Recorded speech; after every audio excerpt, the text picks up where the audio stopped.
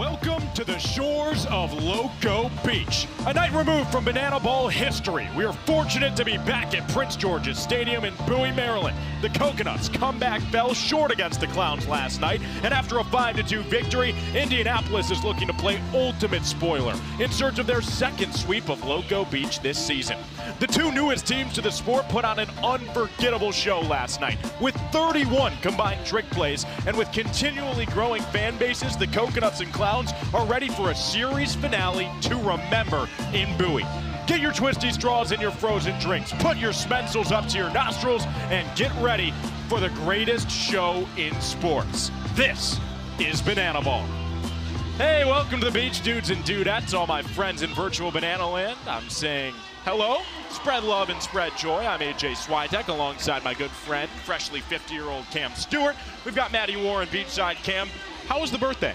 Oh, it was great. A great night of Banana Ball. We had history last night, a Clowns victory, and I'll tell you what, this place behind us in Bowie, Maryland is alive right now. This is a really cool, special atmosphere to be a part of as the Clowns look for their second sweep ever and second over the Loco Beach Coconuts. Where'd you get that? Works out. They've got one sweep in Banana Ball franchise history. It came against the Coconuts, and you talked about it. Before we get to last night's history, let's talk about these fans and the impact that they had on this game.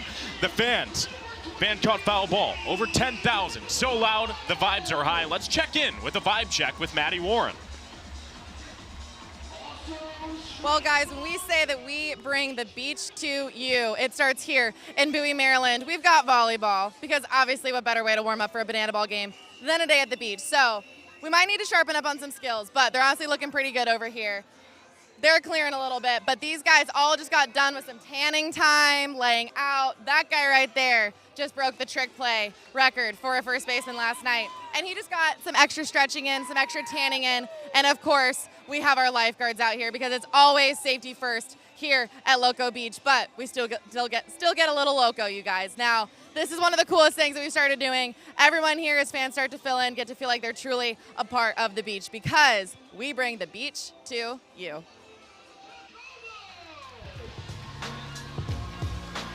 The beach is being brought to Bowie, Maryland. Over 10,000 were just on their feet as the team was introduced, and in true Loco Beach style, they're catching a vibe. Beach chairs laying out for Clowns versus Coconuts. And speaking of laying out, let's get out of the way here, Cam, and talk about last night.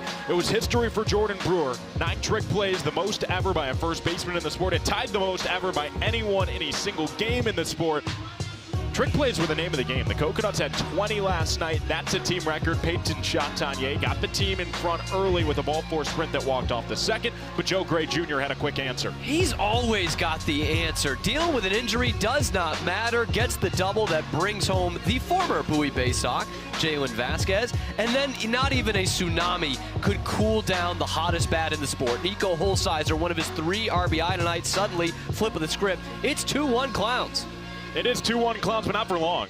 I'm seeing double. Peyton Chatagnier hits a double. It's his second walk-off of the game. So follow me now. It's a 2-2 ball game. At this point, the Coconuts have already comfortably denied the equalizer point, but they were here to put on a show and steal Bowie, Maryland's hearts. Sal Jacobo, Peyton Chatagnier, Jordan Brewer all did their part in doing such. Now we go to the 9th inning. Loco Beach has denied the equalizer point with 20 trick plays, but C.J. Williams had testy water and in an 0-2 count, Jackie Bradley Jr. added a big insurance policy. Worked in the 9th inning last week in Hartford, does it again in Bowie, but they were not done against C.J. Williams. Nico Holsizer can hit a ball like a mile. That one doesn't even get out of the infield. He still drives in the run. Flash the Kid scores, makes it 5-2, and Nick Wilson, 2 clean innings to close it out. A comprehensive victory for the Indianapolis Clowns. The best pitching performance they have had all season, silencing the bats of a team that is knocking on the door of first place in the Banana Ball Championship League. Those 31 combined trick plays last night, comfortably top 5 in the sport's history in a single game. 20 from the Nuts, 11 from the Clowns. Bobby Leday was the showman of the game. 3 for 4 with a trick that'll always play. He's a guy who's starting to see the ball real well this weekend at Bowie. 3 singles and all of them hard hit from Bobby Leday, and only 1 trick play. Now only 1 because he has been the best in the infield throughout this month. save Jordan Brewer. Bobby Lede has been leading trick play rates across the board for shortstops, has been spectacular for this team anywhere you plug him in. Well, the spectacular Bobby Lede has been a big part of the Clown surge here down the stretch run. After last night's win, the team is 3-4 since the 2-week banana ball hiatus. We look at the general standings, and it really couldn't be more tight. This sport has so much parity, and it makes it so much fun because any team can beat any team on any given night. The Clowns now within a game of the Firefighters, only 3 games behind that final postseason spot the Party Animals currently grip onto. But last night in Boise, the Tailgaters beat the Party Animals. They'll rematch today. With a Party Animals loss and a Clowns win, all of a sudden you are right there going into next weekend. Yeah, you asked what I wanted for my birthday. I only said the Clowns victory, but all across the board, you couldn't have asked for anything better for the Clowns and their fans. They get the win over a red-hot Coconuts team.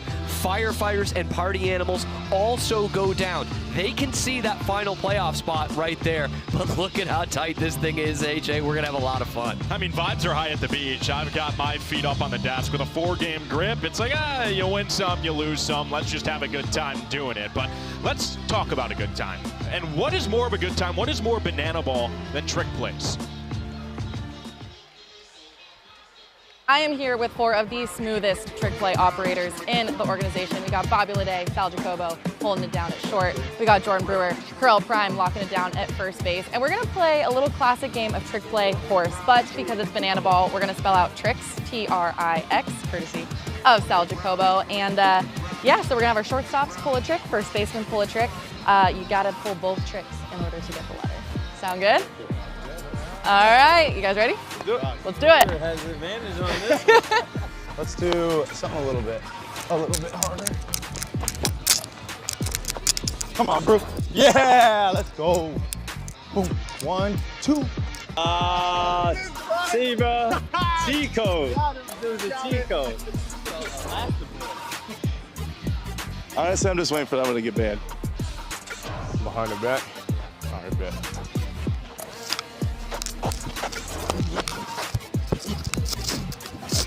Okay. All right. There we go. There we go. Oh yeah, some slight.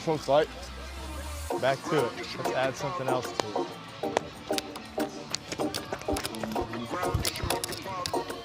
Whoa! Okay, that's tight. That's tight. Hey, what the pick?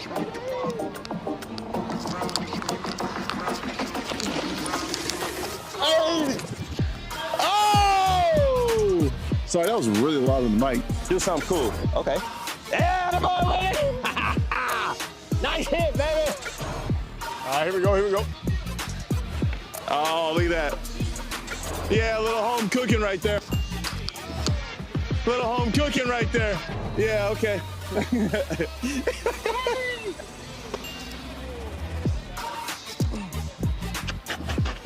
Ooh. Ooh. Oh no! Hey! TT. All right, here we go, Bobby. Nice. Hey! Hey!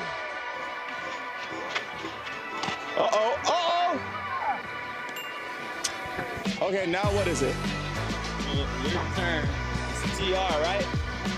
Your turn, you just gotta do what I did. Backhand, flip it up, catch stroke. So, backhand, flip, catch stroke. Oh, it's all right, okay. They can do what they do. Oh, yes! TRI, baby! Some people will say try. No. Give me a good throw, please. Hope he gives me a 4.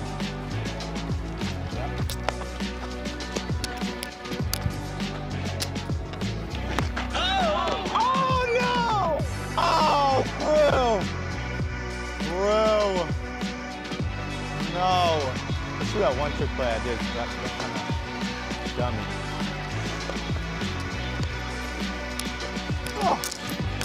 Oh, he's on.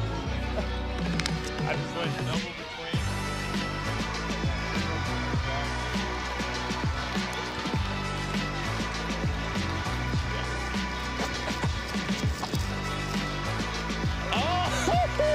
Hey, suck that tongue, better walk that walk. Okay. Okay. Oh my God. Oh! The double bounce. Gives a try to double bounce it.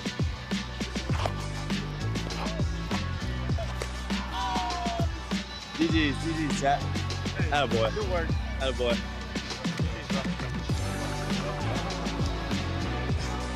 All right, so it looks like the Coconut duo, came out with the win, but I'm curious to see what's going to happen in the game. Bets, gentlemen?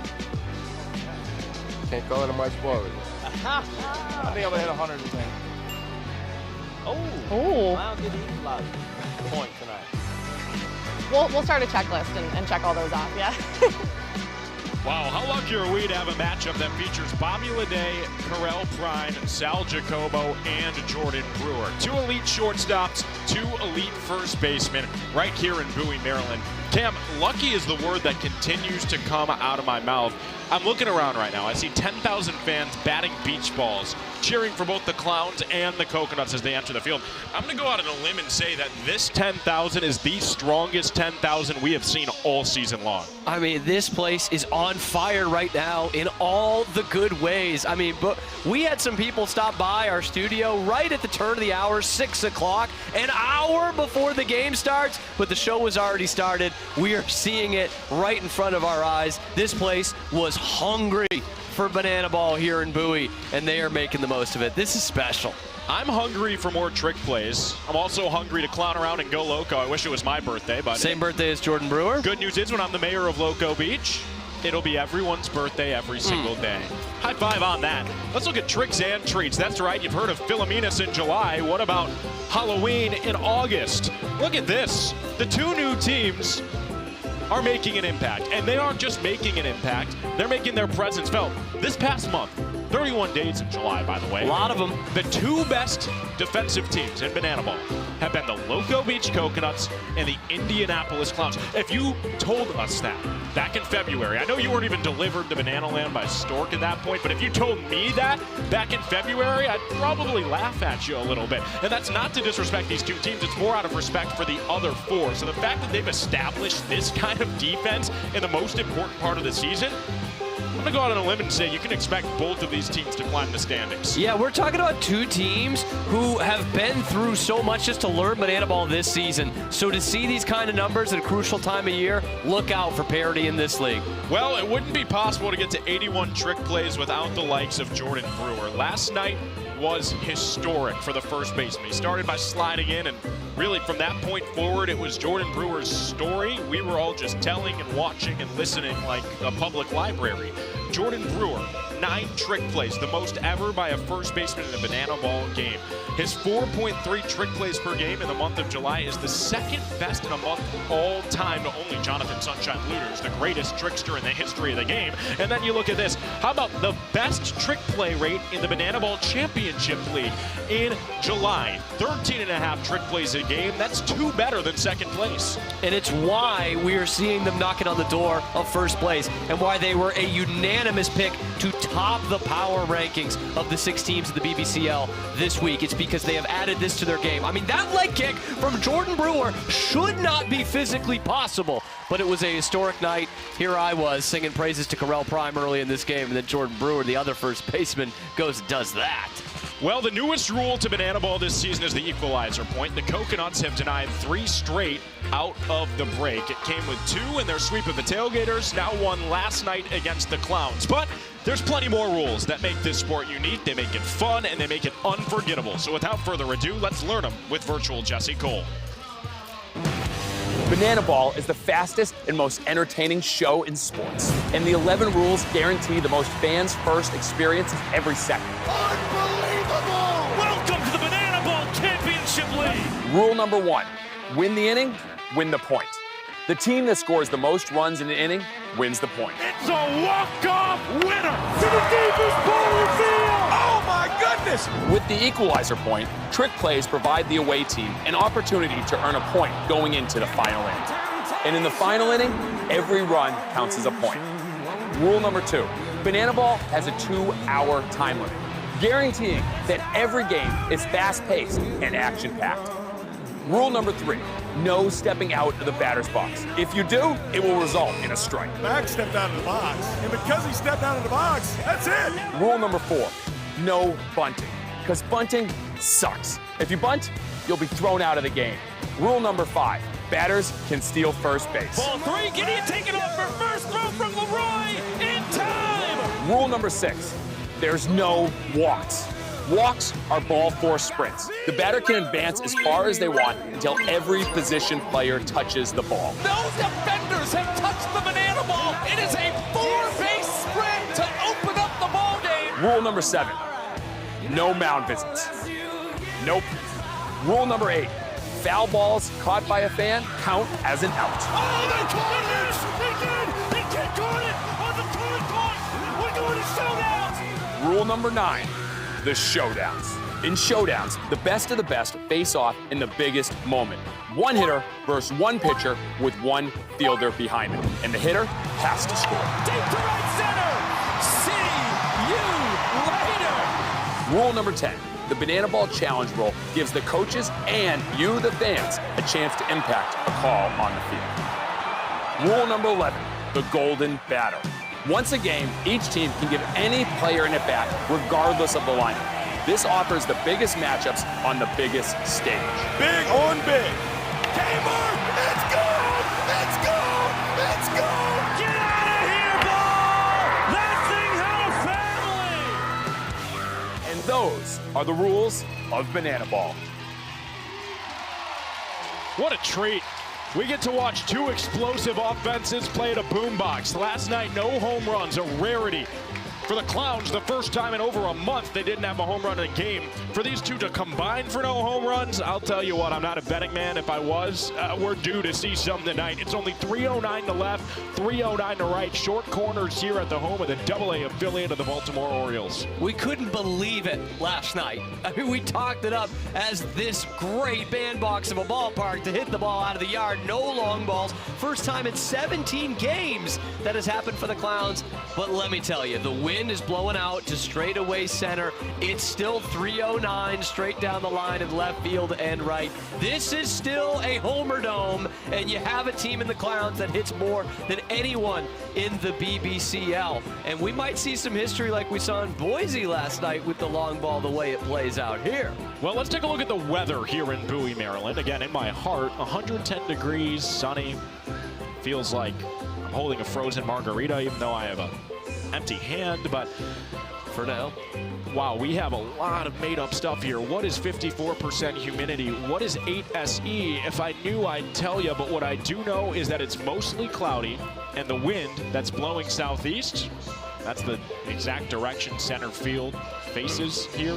So I guess I do know what SE means. I just explained it to myself. It's not just the iPhone.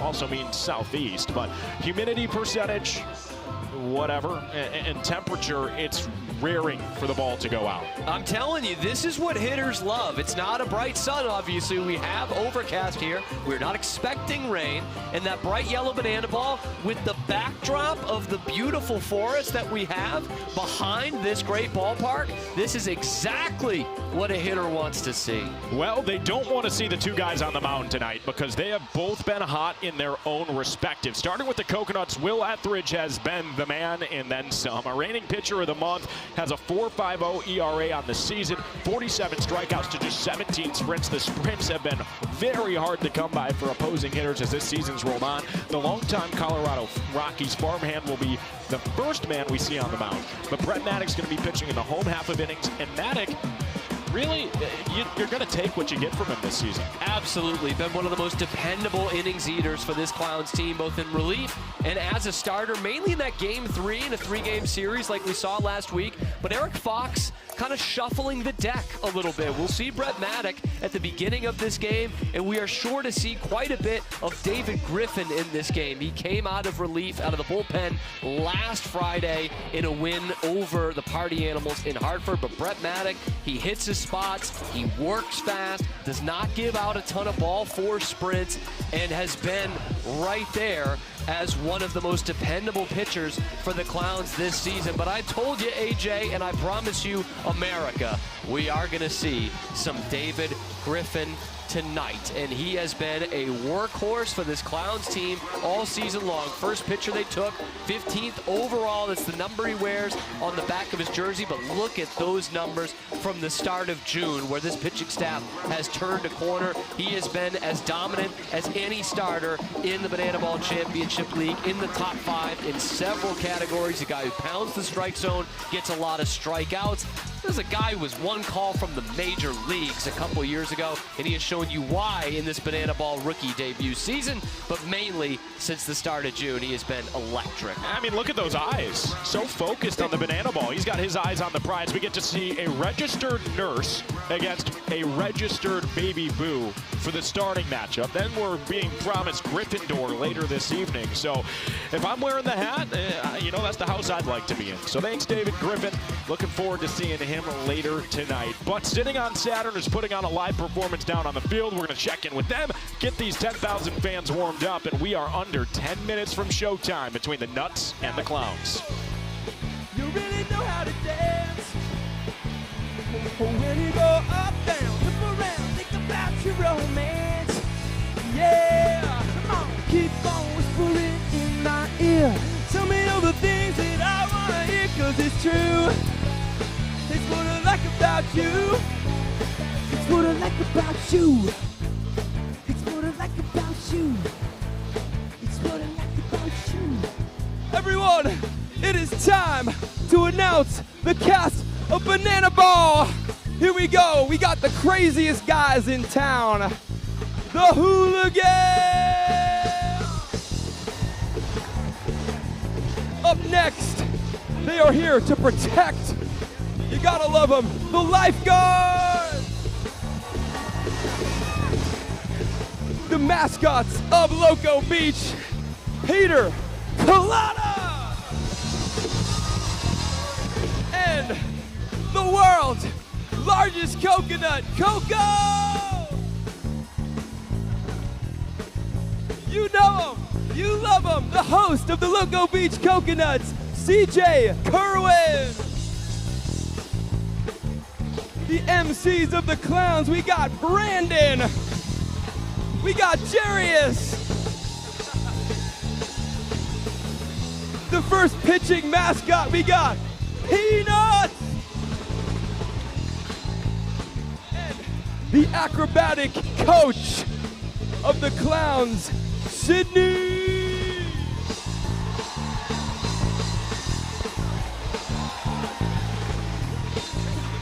Wow, and we are sitting on Saturn. Hey!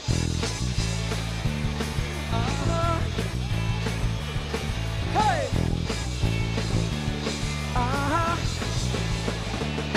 Hey! Yeah! Let's hear it for the cast! Ladies and gentlemen, the cast is ready. The players are ready. And now it is time for you, the fans, to get ready. So I need everyone here tonight to get on your feet. If you are able to join us and get on your feet. And please help us welcome to the field our junior surf instructor, 8-year-old Stella.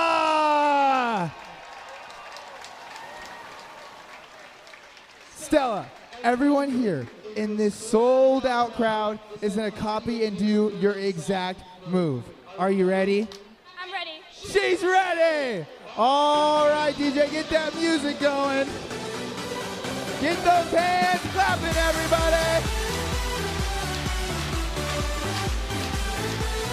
Oh, we're moving those arms. Do those little arm circles.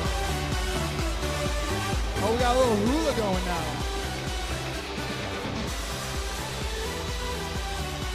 Scuba!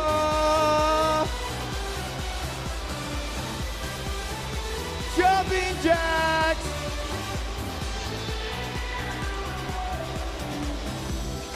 Clap those hands, everybody!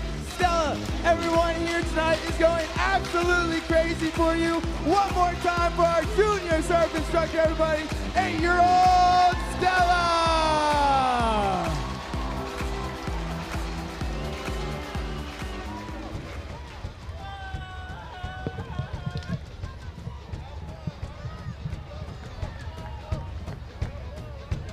ladies, gentlemen, boys and girls, and beach bums around the world.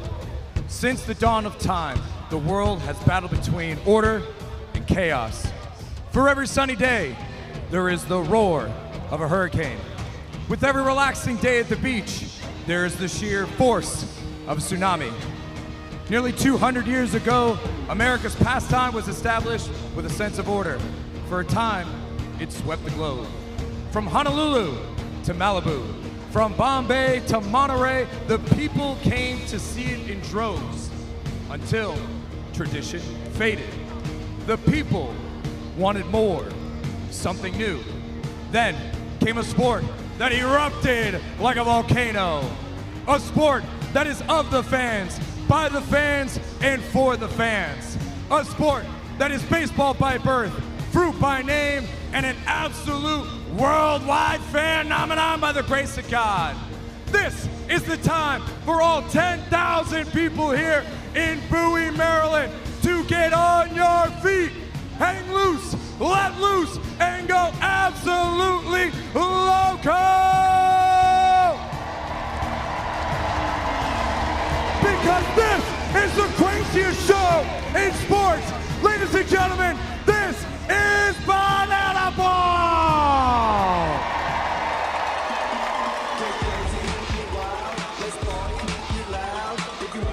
And now, it's time for your starting lineups of the Loco Beach Coconuts. Leading off in center field, Ben Pumps Parker. In left field, batting second, Tanner Allen. Batting third at shortstop, Dane Tofflin. Batting fourth at first base, Jordan Brewer. Batting fifth in right field, Gideon Anton.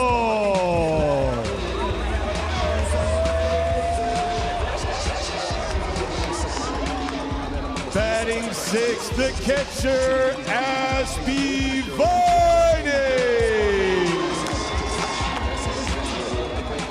Batting seventh at the hot corner, J.D. Urso.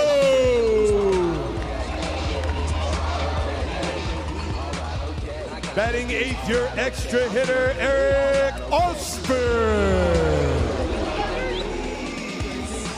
Batting ninth, your second baseman, Peyton Chatonier. Batting 10th, your designated hitter, Brad Carson.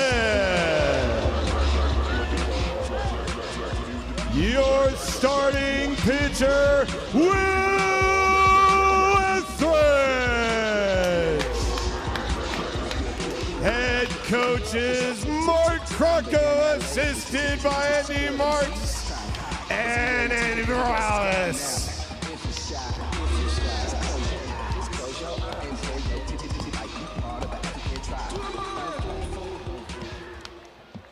Ladies and gentlemen, at this time, we ask you to please rise if you're able, remove your caps, and join us in the honoring of our national anthem.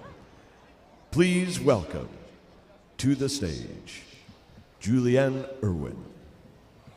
Oh, say, can you see by the dawn's early light what so proudly we hailed at the twilight's last gleaming, whose broad stripes and bright stars through the perilous fight o'er the ramparts we watched were so gallantly streaming, and the rockets' red glare, the bombs bursting in air, gave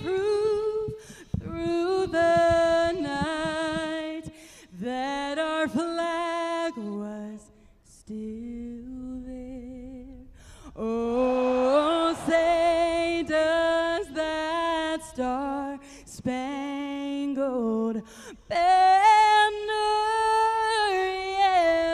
Way, or the land of the free and the home of the brave. Ladies and gentlemen, Julian Irwin.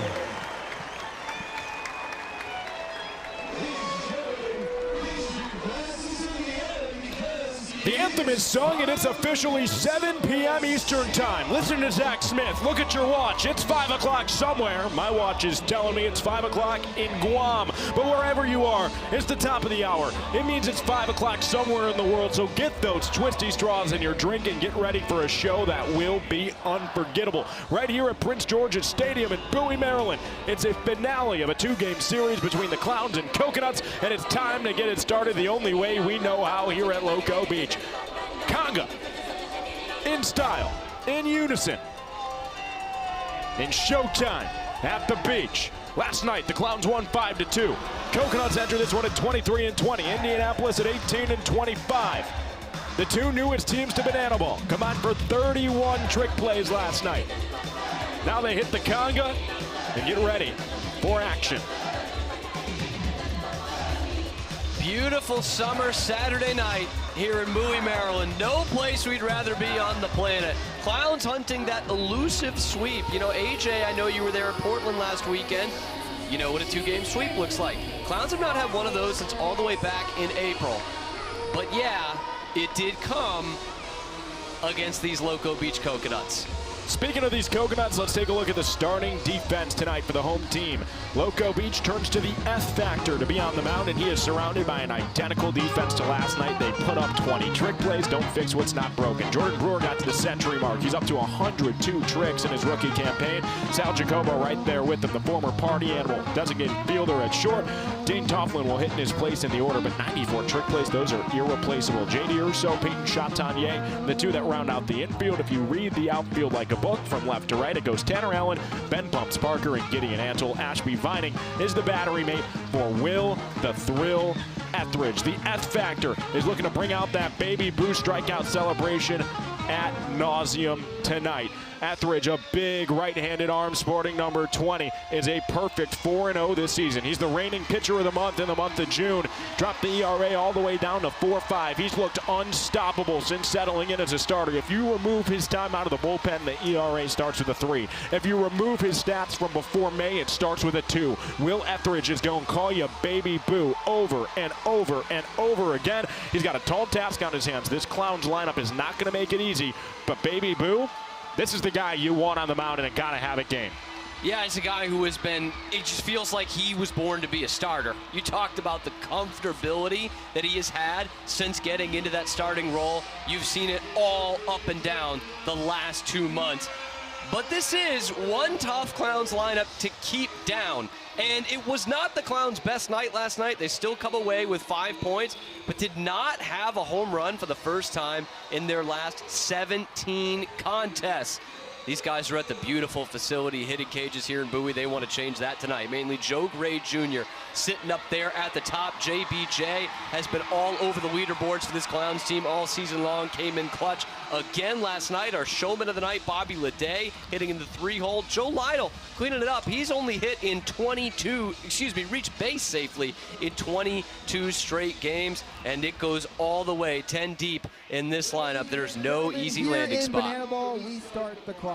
And at Loco Beach, every game begins with a wave. So Bowie, Maryland, I'm gonna need your help creating the biggest wave this stadium has ever seen. Starting right here in right field, get ready to get those hands in the air, because we're starting in 3, 2, 1. Start the wave! Over 10,000 fans doing the wave in unison, and we are underway for Game 2 in Bowie, Maryland. It starts with Will Etheridge doing Will Etheridge things. He fills up the zone for a called strike by today's home plate judge, Hector Gonzalez. Joe Gray puts the second ball in play. Will Etheridge goes between the legs. He's got it to Jordan Brewer, and there's one down to start the top of the first. It's what we've grown to expect from the F Factor. One down and already put a trick play on the board. These Coconuts do not slow down. Joe Gray Jr., I don't think he liked that first called strike, so that's something to keep an eye on from Hector Gonzalez tonight. Rest of the crew goes John Crosser at first, Jake Moore at second, Trey Hudson, the crew chief, at third. Now we're going to look at Jackie Bradley Jr. He was 0 for going into the ninth last night, but had the most important hit of them all. Brought in a run against the villainous closer who's dazzled this year, C.J. Williams. The Clowns are really the only team in this league that consistently makes him look human. Trying to do the same to Will Etheridge. He's been otherworldly levels of good. Here, JBJ sends one up to the Sweets. Ticketed for a seat back. It's been tough sledding for the Coconuts to make JBJ look human. 0 for until the ninth, gets the big knock, like you said, hit for the cycle against the Coconuts earlier this year in Charleston. All of a sudden, the count fills.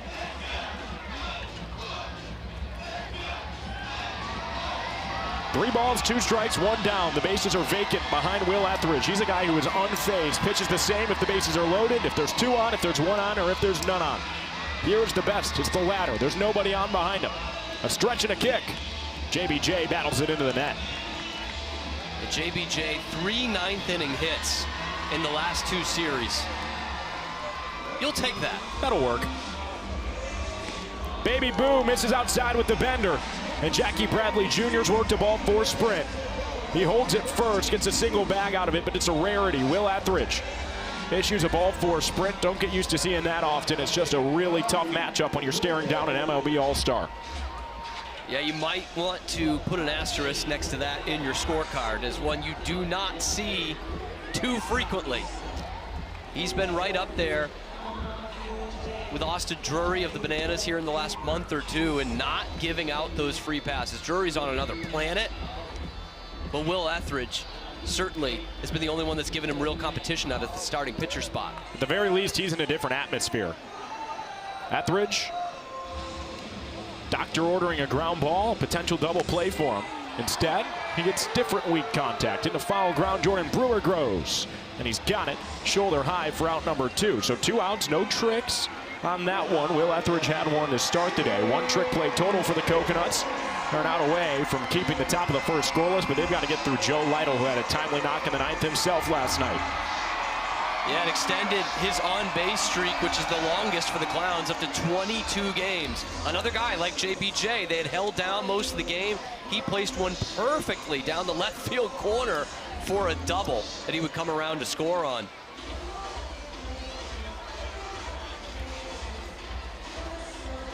Etheridge settles on the rubber.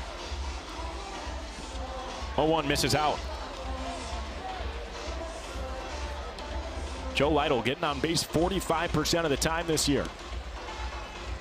Puts him in elite company, as does that .389 batting average.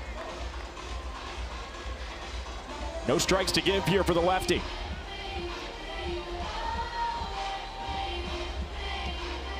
Will Etheridge wanted him to go on a low breaker.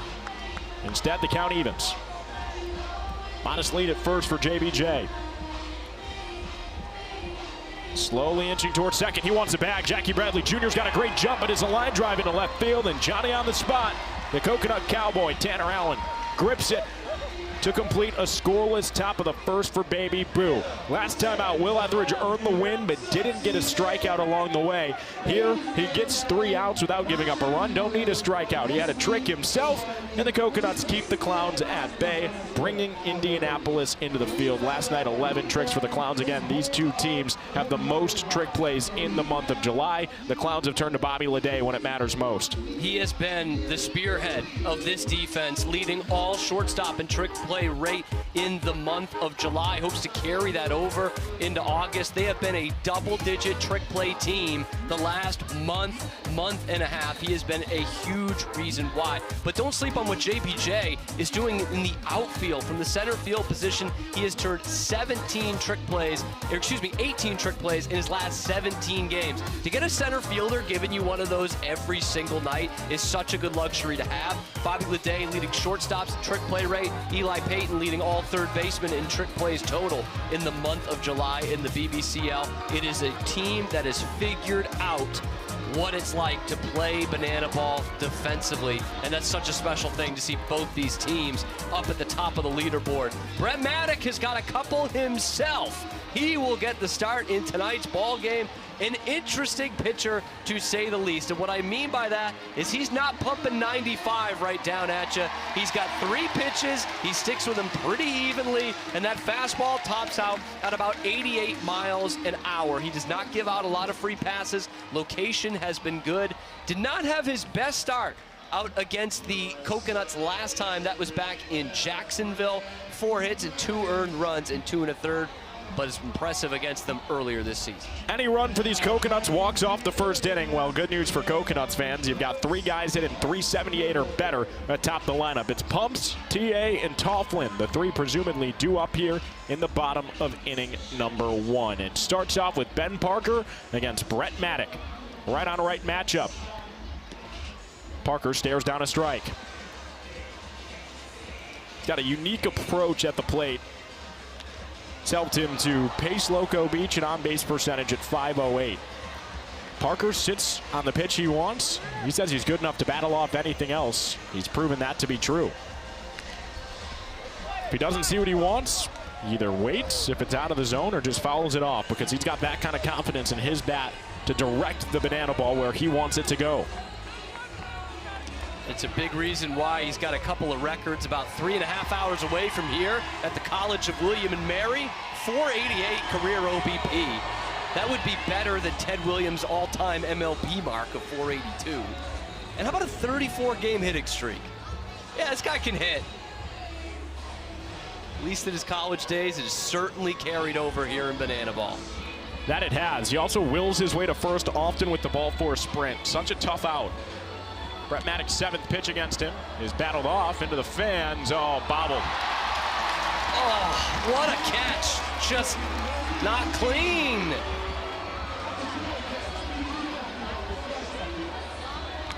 Ben Parker, ripper to short. Bobby Leday's got it on a backhand. He goes around the world, but Ben Parker is way too fast. He beats out the throw and gets the inning-winning run on the tracks. Last 2 games, Brett Maddock against the first hitter of the ball game.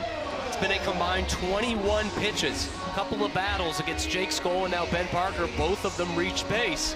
So just not the way you want to start a night. That ball escaped the field of play, so Ben Parker has been awarded second base. That means a sprint wins the inning now, but Tanner Allen's never up there looking for a sprint. He's up there swinging.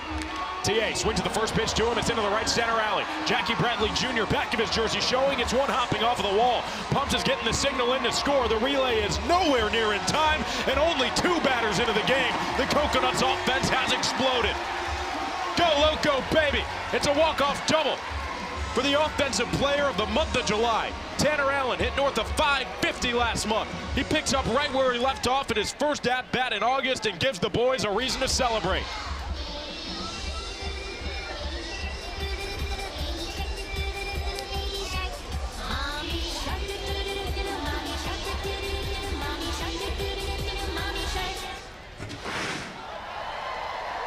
How about them Coconuts? How about Drake Fontenot? Got turned into a mermaid by that water. But this pitch, Tanner Allen raked into the gap. He knew it right away that it was going to be trouble. And Ben Parker's fast enough that there was never a second thought. He lost the helmet, lost the gloves, but earned the point. Let's go down to the field before we get back to the action. Right? Tonight they're going to be slaying like never before. We're going to play a couple songs that are probably their daughter's favorites, and you, the fans, will be deciding who will be our winner of Cirque Dad Slay. First up, we got Nick.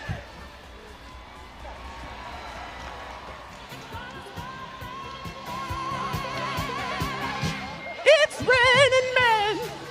Hallelujah, it's raining men. Amen. I'm gonna go out and let myself get absolutely soaking wet. All right, thank you. Now, next up, we've got Sean.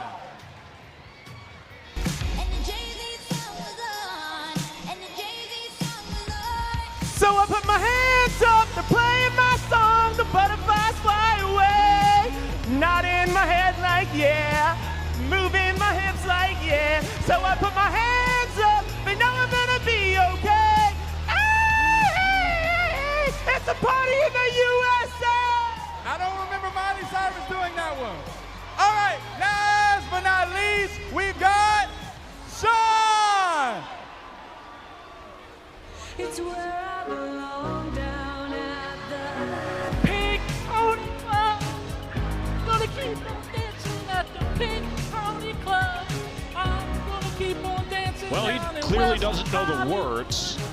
That's what I do. The fist pump, it's classic. You just say watermelon over and over and over and pump your fist enough, it looks like you know it. Oh, cool tattoo, right, now it's time for you, the fans, to decide who will be our winner. My man need a drink of water. Was it Nick? We all do. Stay hydrated. Was it Sean? You kind of have to know the words. Or was it Kenny? All right, give it up our winner of Cirque du Soleil, Nick! Hey, we've got a winner, and they happen to know the words of the song.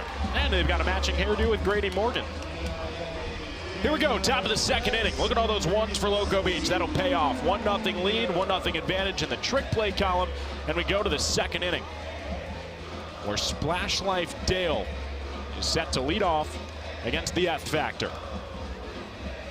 I think if you're the Clowns, this is who you want to see at the plate. Oh, he's not testing for his first steal of first base this year. But in that series in Jacksonville, right before the 2-week break, on the 4th of July holiday weekend, Dale Francis Jr., 3 for 11, had his first triple and hit a homer off Will Etheridge. First hit of the day for the Indianapolis Clowns belongs to Dale Francis Jr. Gideon Antle nearly got him at first. My goodness. That's a howitzer from right field. Just showing off his arm more than anything. Antle said his goal this season is to catch a runner at first. He almost had Dale Francis Jr. here. This was way closer than you'd like to see if you're the Clowns. Gideon Antle, I mean, he's got a cannon out there. Threw out Bobby Leday at second base, trying to stretch a single into a double last night. And that is one of the best base runners of the entire sport. Flash the kids taking over on the bases. You know, speaking of Gideon Antle's arm, last year at this time I was broadcasting Double-A baseball. True professionals, a lot of them with very real big league aspirations, and for good reason. I saw probably over 100 outfielders over the course of the season with constant shuffling, going up and down levels. I can confidently say Gideon Antle has the best arm of everyone that I have ever seen with the broadcast headset on, and that's coming from a guy who saw top 10 prospects in baseball in the outfield. Antle credits throwing walnuts as a kid when he was bored to his arm strength. He's not going to be asked to use his arm here. Instead, it's a double trick play try. We go from Brewer to Chatagnier. You can count them both. Trio of tricks now for the Nuts. 2 come on that play. Jordan Brewer's got POV glasses on. Can't wait to see those on social media later this week. The Meta glasses have the best view of them all. Brewer to Chatagnier for 2. And 3-0 in the trick play department as the Clowns did not record an out in the bottom of the first. Jordan Brewer picking up where he left off on his 29th birthday. Brings up Nico Holsizer again. We don't believe in secrets here at Loco Beach. We're going to hear from him later tonight on the mic. I'm excited for it. Holsizer, another guy with plenty of professional baseball playing experience. Longtime member of the Tampa Bay Rays organization. Ended up hitting back-to-back with the Durham Bulls alongside Tristan Peters, the former Savannah Banana turned MLB All-Star with the Chicago White Sox. But here Nico Holsizer's not going to get a chance to show off that power. Instead, he's hit by a pitch. Guy you got to be careful with pitching the way he's been hitting the last month. I don't think there's any intention there, but that one just rides a little bit too far in. And when you've got biceps like Nico Holsizer, I just wonder how much that even hurts. It doesn't. These guys are Iron Men. It's like hitting a brick wall. Eli Payton sends one up to the wall. Oh, it's on the roof, just out of reach of the fans. Oh, and they got it on the roll down. Nice souvenir. The excitement, the joy says it all.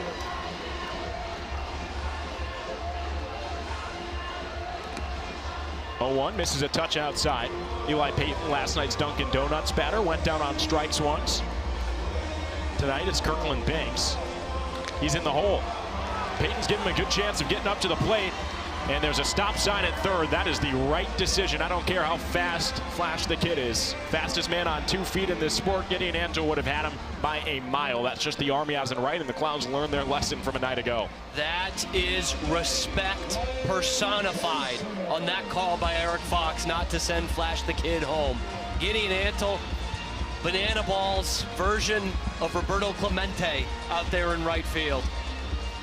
I mean, we're talking about the designated runner who doesn't get sent home, because that is how good Gideon Antle is. Speaking of good, let's talk about what Brian Dancero did in his last time up. Don't let the 172 batting average fool you. There's a reason he's being entrusted in game 2 here. He went off, as he's doing right now. He went off in Hartford, filling in for Joe Gray Jr. in game number 3 of that series. The big bright spot for the Clowns. 2 doubles and a dinger on a 3-for-3 night for Brian Dancero. Joe Gray Jr. in as the extra hitter tonight, but if he is Wally Pipp, Brian Dancero sure looked like Lou Gehrig in that game. How about getting the bases juiced your first time up? AJ, this doesn't happen a lot in Banana Ball, to get the bases loaded the way we do ball 4 sprints. This is a rarity. Correct. We've only ever seen 1 regulation grand slam in the sport. So Brian Dancero has a chance for the first one in Clowns history. Wants it here. It's a high fly ball into left field. It'll stay in the field of play. Tanner Allen brings it in, and here comes Flash the Kid. Allen just goes for the trick play. Both sides move up 90 feet. Flash the Kid in to score on a sacrifice fly, and there's 2 down in the inning with the Coconuts notching their 4th trick play. That's kind of taking what you'll get there. You know it's too deep to even get the guy at home. Might as well get a trick play to boot. Yeah, and that's exactly it. You know, you know there's no shot at getting Flash the Kid. You add a trick play to the total, you do run the risk of what happened, which is both runners moving up into scoring position, but with 2 down on Etheridge on the mound, I think that's the one you take. Kirkland Banks, tonight's donut batter, gives the fans a chance to make an impact. Do they have a play in him over there on the first base side? Not this time. That's why you bring a glove. They want donuts instead. I think that's it. And who can blame them? 2 strikes away from 10,000 smiles. Etheridge missed just above Banks' belt.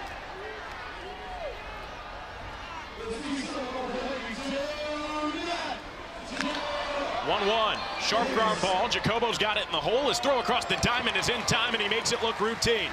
It's not a strikeout, but the outwork's just the same. Not before the Clowns bring in their first run of the day. If they can keep the Coconuts off the board in the bottom of the second, we'll have a tie ball game. I mean, this is just as advertised from Sal Jacobo. Maybe the smoothest shortstop we have in the entire league. That was labeled as a base hit and maybe 2 runs in. Instead, makes it look as easy as you like. He's one of the best on the beach. Sal Jacobo, so good with that glove. But let's look at these 2 starters and what they've done across their last 6 outings. It's special. You've got the 2 best ERAs in the sport among starting pitchers since June. Most importantly, the point differential. These guys, when they exit the game, it's typically with a lead. And I think this has been the key factor for the Coconuts, being as close to the top of the standings as they've been. And again, being the unanimous pick among the 8 Banana Ball broadcasters at the top of the power rankings this past week. It has been how the pitching has fallen into place, and it really starts with these 2 guys. They have been excellent out of their bullpen, the Coconuts have, but it's these 2 starters that have really set the pace for this team, taking the mantle of not just being one of the new teams, but being one of the best teams on tour. The Loco Beach Coconuts have lived up to that bill and then some, but the best they can do in this series is a split. After the Clowns took game 1 last night, Brett Maddock can get them closer to a sweep. If he can post 3 outs without a run, we've got a tie game. We doesn't like seeing this guy. Last time these 2 squared up, Dane Toffland left the yard against Brett Maddock. Maddock flirting with the zone early. He's aware of that. It's 2-0. Big Timber skies it into shallow right. Kirkland Banks calls for his infielders to converge. It's a tip drill that he corrals himself. 1 trick, the first of the night for the Clowns. Functions as out 1 as well. Yeah, maybe didn't know where that tip drill was going. KB had Bobby Leday and Corral Prime flanking him, but it goes right behind him. Way to track that down. That's a guy who fielded punts in college football for the Lamar Cardinals, okay? He knows how to go back and track one down.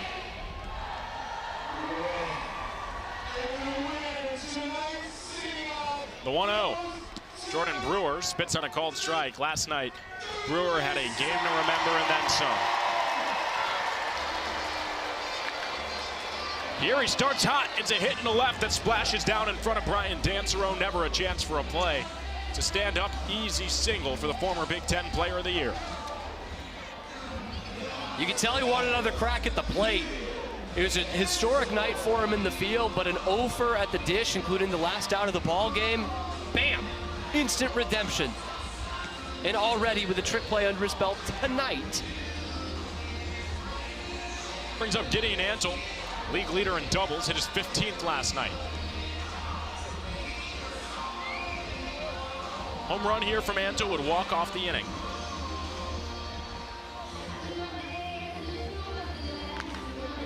But that'll work too. It's an identical hit to Jordan Brewer's line drive single. Moves Brewer up to second, Ansel on to first. His legs represent the inning-winning run. You know, Gideon Ansel has one of the most memorable moments in Loco Beach history. The first home run in team history came on opening night in Tallahassee. That ball has since been shipped away, and they're holding it for a potential Banana Ball Hall of Fame. That's how special that moment was. His first home run came against the reigning pitcher of the year in the 9th inning on opening night. He lives for the clutch moments and brings up the face of the beach, who is just the same. He thought about going around, but the first base umpire, John Crosser, holds out the safe sign. Speaking of clutch, Ashby Vining has been that and then some, not just the face of the team, but the big man in the big occasions all year long. He's been all that in a bottle of purple shampoo. Ashby Vining into the green trees. You can kiss it goodbye. A rainmaker from the face of the beach. His 6th long ball of the season is taking a one-way trip to Guam.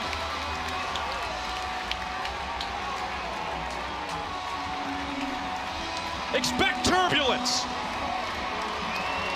That ball's still flying through the trees.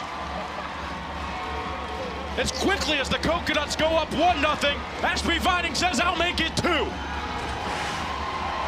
The face of the beach is as clutch as they come, and he's alongside Matty Warren. Hey, you starting off the Coconuts hot for August? Oh yeah, and let me tell you something, it's not possible without this guy. This guy's a senior professional. He's helped me day in and day out, and I don't want that unrecognized, man. Eric? Ashby's one of my best friends. He's a good kid. He's doing a great job. Yeah, you gotta love it, you guys. Gosh, the Loco Beach catching room is awesome. Eric Osberg mentors Ashby Vining. Vining's starting to look like a skywalker. He's taking the league by storm.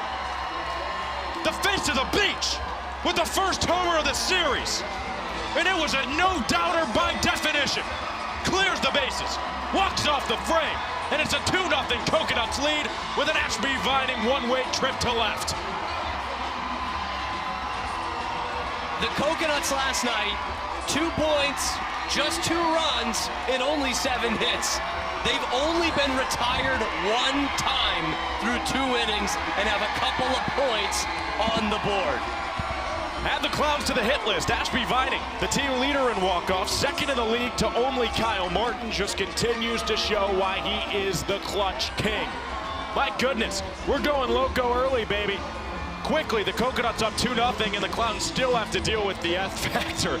My goodness, they're gonna have to get on their horse and get ready to batter up. These 2 guys have been the best bats in the sport since the start of July. Tanner Allen's already doubled tonight, adding to that unbelievably incredible 565 batting average. But for me, I'm looking at Nico Holsizer, and those 12 RBI, it's special territory for him. Yeah, added 3 last night in the ball game, and one where he didn't really get a hold of any pitch. He felt like that could be dangerous when he does get a hold of one. He's overpassed only Jackie Bradley Jr. for the team lead in RBI. You heard of that guy?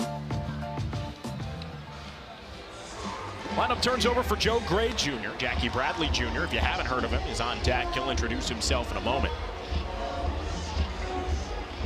But first, Joe Gray Jr.'s got a line drive over Peyton Chatanier's head and into right field. It's a hit for the Cowboy to kick off the 3rd. That might have even been some busted lumber from Joe Gray Jr., but he will take it any way he can get it, and the Clowns really excited about this.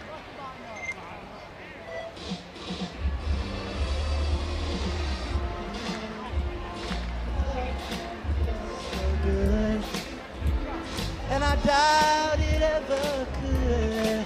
Not like you hold me, hold me. Oh, baby, ooh, love never felt so fine, so fine. And I die if it's never mine. Not like you hold me, hold me. And the night is gonna be just fine. Woo. Gotta fly, gotta see, calculate. I can take it, 'cause baby, every time you love me, in and out of life, enough, baby. Tell me if you really love me, in and out of life, enough, baby, baby. 'Cause love never felt so good. Holy cow, is that trio hyper-talented. And I stand corrected, because only in Banana Ball is Jackie Bradley Jr. pinch hit for Old Knuckles. Fisher Polydoroff gets introduced by Brandon and Jarius, the co-host of the Clowns, and shows off his vocal cords as well. Let's see what Old Knuckles has in his bag of tricks tonight. He's always up there swinging, fouls off the first pitch. I don't want it to be lost in the sauce here. Fisher Polydoroff is a very real bat. This is a guy who had Division I offers to go swinging. And did have a hit in the place of Jackie Bradley Jr. last week in Hartford. So he's not looking at who he's hitting for. He's just hitting for the Clowns. Ben Parker sizing it up in center field. Backflip catch and a beauty. Another game. Another Ben Parker backflip catch. Pumps. Defying logic. How does someone that big move that well? He's the only one who does it.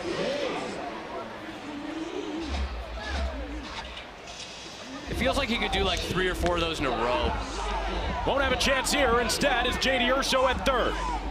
Tip drill. Gets it to Sal Jacobo into the bare hand. And just like that, there's 2 away in the top of the third as the Coconuts continue to get tricky out of the break. This looks like an entirely different defense in the best possible way. This is a team that leads the sport in errors. Entering the break, it was clear they had to up their game on defense. Let's not beat around it. It is true. I love Loco Beach, but the thing that held this team back from wins was the defense, and it feels like the final infinity stone. All of a sudden, you snap your fingers. Loco Beach is leading the league in trick plays since the start of July. You pair that with the league's leader in ERA and batting average, and you see why they swept the broadcaster power rankings with all 8 first-place votes. On paper, this is the best team in the BBCL. Absolutely in form for that right now. Good throw from Bunting, but it sputters into center field. Means an extra 90 feet. Now Will Etheridge will have to be careful. Anything that gets by can score a run. And hey, they set their own new franchise record last night with 20 trick plays. They seem to be hunting that once again, already 6. 2-1. Skied into the sweet level. It's caught! The fans retire Joe Lytle, and for a second straight night, it's a fan-caught foul ball in the suites. Will Etheridge closes out the third with help from the fans. And let's get fans first. Let's go down to the field with Bananas Foster. 400,000 children and teens in foster care without a permanent home.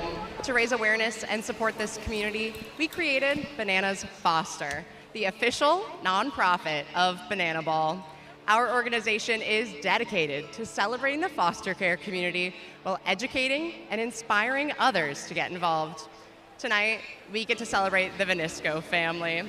At a time in their lives when most couples are enjoying being empty nesters, Brian and Alicia saw the need for more loving foster homes and decided to step up and become licensed foster parents, dedicating themselves to supporting kiddos with a variety of medical and developmental needs. So in the last 4 years of day trips, vacations to the beach, and every little moment in between, they have welcomed 3 kiddos into their home and adopted all 3 into their family.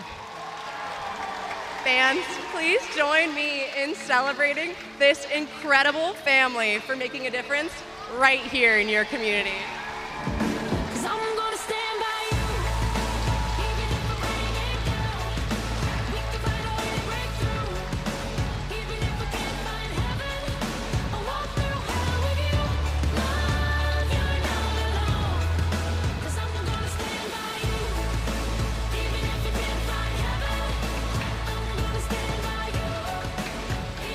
always such a special moment. In a sport that prides itself on plussing the show, changing what you're going to see in any given venue between any two teams, one thing rightfully stays consistent, and that's honoring those who make a real impact in their local community. If you want to help support Bananas Foster, it's as simple of a text of the word bunch. That's BUNCH to the number 50155, and you can support Bananas Foster today. It's larger than life. Both teams coming to the mound, supporting, appreciating those who make an impact here in Bowie, Maryland. They adopted each of their foster children. Just what a special story, Cam. It's so easy to get involved. I loved what Chrissy said in there. You know, most times you're looking at empty nesting and seeing all the opportunities. This is an opportunity to bring a family together. It's just special, man. Well, on the diamond, it has been domination by Loco Beach. 2 innings, 2 points. A run here would walk off the third, and they've got more danger in the lineup. It's J.D. Urso, Eric Osberg, and Peyton Chatagnier, who across his last 2 games has been the best Coconut at the plate. The third-round pick walked off both innings where the Coconuts earned points last night. Yeah, it's as bad as you could ask for as a start for the Indianapolis Clowns. But one guy who has been such a huge bright spot for this Clowns team, not just this month, but the whole season, Nico Holsizer joining us from his position in right field. Nico, are you bummed to see that the calendar turns over to August after the July you just had? Yeah, you know, I had fun July, but, you know, August could be fun too, so. Nico, I've got to know, how long have you been rocking the hairdo? You know, I did it end of sophomore year in college and just been rocking with it ever since. You know, I have really curly hair. And I was getting tired of doing it all the time, so I decided let's lock it up. It's kind of a loaded question because you've got a lot of them, but if you had to pick a favorite of all your tattoos, which one and why? Oh, that's a tough one. Probably the eagle on my forearm. You know, I went to Morehead State University, the Eagles, and American Pride, you know, they go well. Absolutely. You know, do each of your tattoos have a story or some just artwork, and what's inspired you to get covered in ink? You know, some have meaning, but most of them are just art. I enjoy art, you know, keeping it fun, keeping it light. And how many are there, Nico? Good question. I should count because everyone keeps asking me. He doesn't even know. I lost track. I started when I was young. Eric Osberg at the plate. Nico, you guys were teammates in the Tampa Bay Rays organization. Can you walk me through what you're looking at when Eric's at the plate? Yeah, you know, I like that swing. I mean, I like it for him. I don't like it for us. Yeah, I played with Osberg for, I think, 5 years. Got to see him play a lot. Man, dangerous hitter. You know, he can put it over the fence at any time. He really takes pride in his hitting. You know, he trains it hard, and I think it shows. Nico, let's go back to Durham. You're hitting back-to-back in the lineup with Tristan Peters, a former Savannah Banana. Now you're in Banana Ball, he's in the MLB. What do you think your former self would think hearing that now? Yeah, you know, it's really crazy where some of my teammates have made it. I'm super proud of him. Oh, there we go. See if we get a trick on that one. Come on, Brian. Do something cool. Dancerone tips it up. All right. JBJ makes sure it's secured. Yeah. But no, Tristan Peters, man. How about it? Former Savannah Banana, now in the big leagues. Kid can play. Now what? He was an all-star this year, too. Oh, Nico. What you know about Ariana Grande? You know, I know she dated Mac Miller, who was one of my favorite artists. But she ain't exactly music, but she's very talented. These boys, let's walk up. Wow, so we are going to get a lot of entertainment all at once. It's the first ever mascot pitcher, Peanuts the Elephant, coming to take over for Brett Maddock. And I don't believe in secrets in Banana Land. I didn't just ask about Ariana Grande for no reason, as much as I would love to talk Ariana. She released a new album this weekend called Pedal. And I see Peyton Chatagnier down the first base line. I see a flower around his head. But first, let's talk Peanuts, because the fact that this guy is this good while throwing in batting gloves shouldn't be possible. It shouldn't, man. He has shocked the whole tour. He has shocked all his teammates. Nico, have you ever taken any cuts off Peanuts? I definitely have, and it is not comfortable. I've faced him probably 5 times, and he's got my number on a few, and I got his. But it's not comfortable. I mean, no one's prepared to hit off an elephant. That's a good point. They don't teach you growing up. You know, you've got to be ready to hit against an elephant at all moments. Let's lay out and watch this one. Trying to feel something real to climb again. They say that artists need tears to write again. 'Cause all of my favorite stories end in some kind of catastrophe. But I don't need someone to save me. 'Cause this music and I will never die. It's such a situation.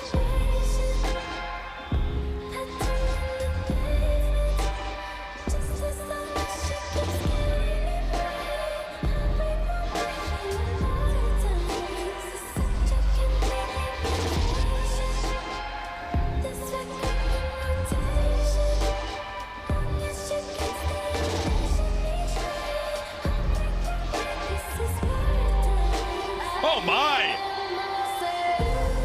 10 out of 10 no notes. That song came out 24 hours ago and Peyton Chantanier's already got the words like the back of his hand. A true entertainer. Nico, what you think? Yeah, I think he did a really good job with that, especially for that song just coming out. I like the flip at the end. That was my favorite part. I want my mind too. I want to go back to the Peanuts thing. There's no rule book, there's no way to practice against a mascot pitcher until you actually line up. You talked about how hard it is, Nico. What is the hardest part about seeing the big elephant throw him with a batting glove? You know, I think the hardest part is that, oh, let's go, hey, good play. I think the hardest part is, you know, you got to pick up the ball behind the truck. It's a tough thing to do, just ask Peyton Chantannier as Peanuts gets out of the inning. Nico, thank you so much for joining us. You want to leave the fans with a message? Yeah, you know, thank you everybody in Banana Ball. I'm living out my dreams. I love it here. Let's keep it rolling. Hey, we love you, Nico. Thank you so much for taking some time to talk. We've got to revisit that, Cam. That may have been Loco Beach walk-up of the year. That choreo is top tier, so I want to give some flowers to Zach Frangelo, to Chloe Wright, to Joel Zimmerman. Again, I don't think it can be lost on us how impressive it is that that was choreographed and memorized within 24 hours of an album releasing, and it was that polished. That's crazy. Like, we deal with a lot of crazy things here at Banana Ball and some unbelievable feats of dancing and skills and lip syncing. That was right up there at the top. I mean, most of the people in the ballpark might not know that song yet. They know it now. Peyton Chantannier, it's him and Ariana. They're the two that have it down. Yeah, I mean, I'll be frank. That's my favorite walk-up I've seen from the beach this season, and they've had so many good ones. But Peyton Chantannier is just a true professional. There's a reason you take a guy like that in the 3rd round. It comes with great defense. It comes with clutch hitting.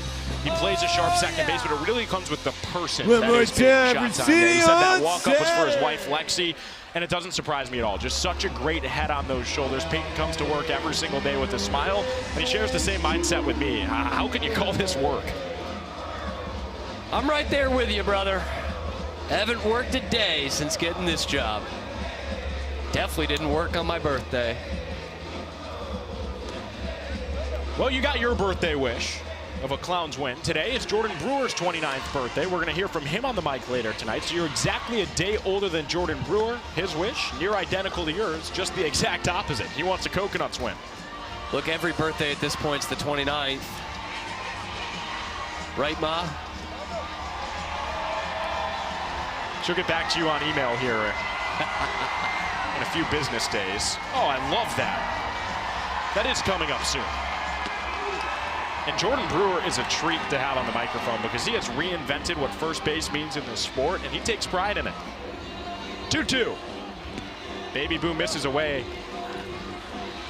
I'm shaking. I need a Baby Boo. Can the F Factor find it here against Dale Francis Jr.? No, it's fished into right, Gideon Antle. Weird route, but he gets under it and attempts it to himself. What can't the Ant-Man do? Gideon Antle.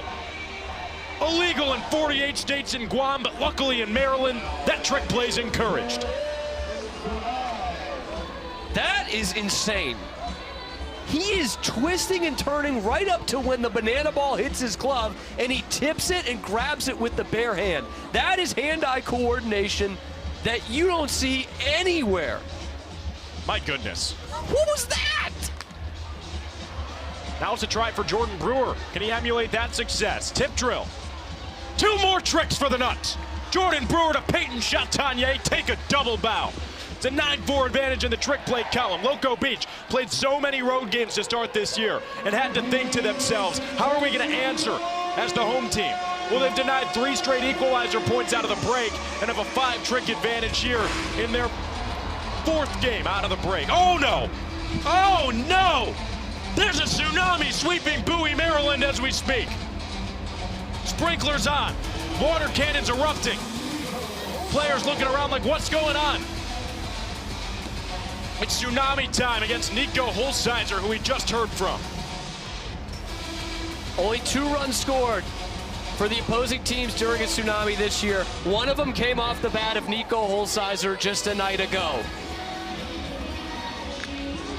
Holsizer right over to the water. Sal Jacobo's got it behind the back through the sprinkler system. The salamander, a filthy man. Makes it a 10th trick play for the Coconuts through 4 innings. Will Etheridge wheeling and dealing. He posts yet another 0, and the Coconuts are in pole position in the driver's seat to walk off another inning.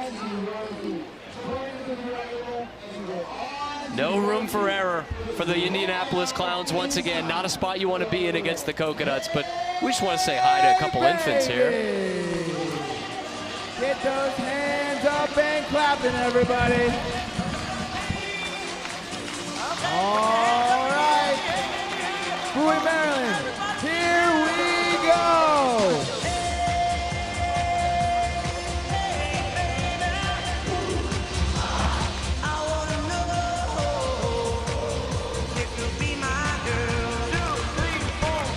Get those hands up again.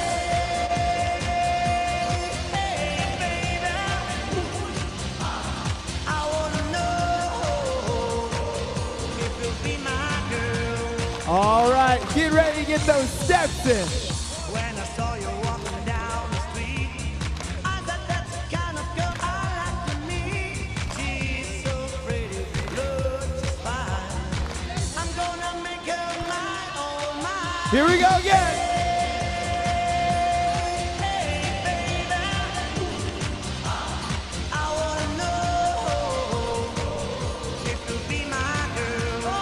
One more time!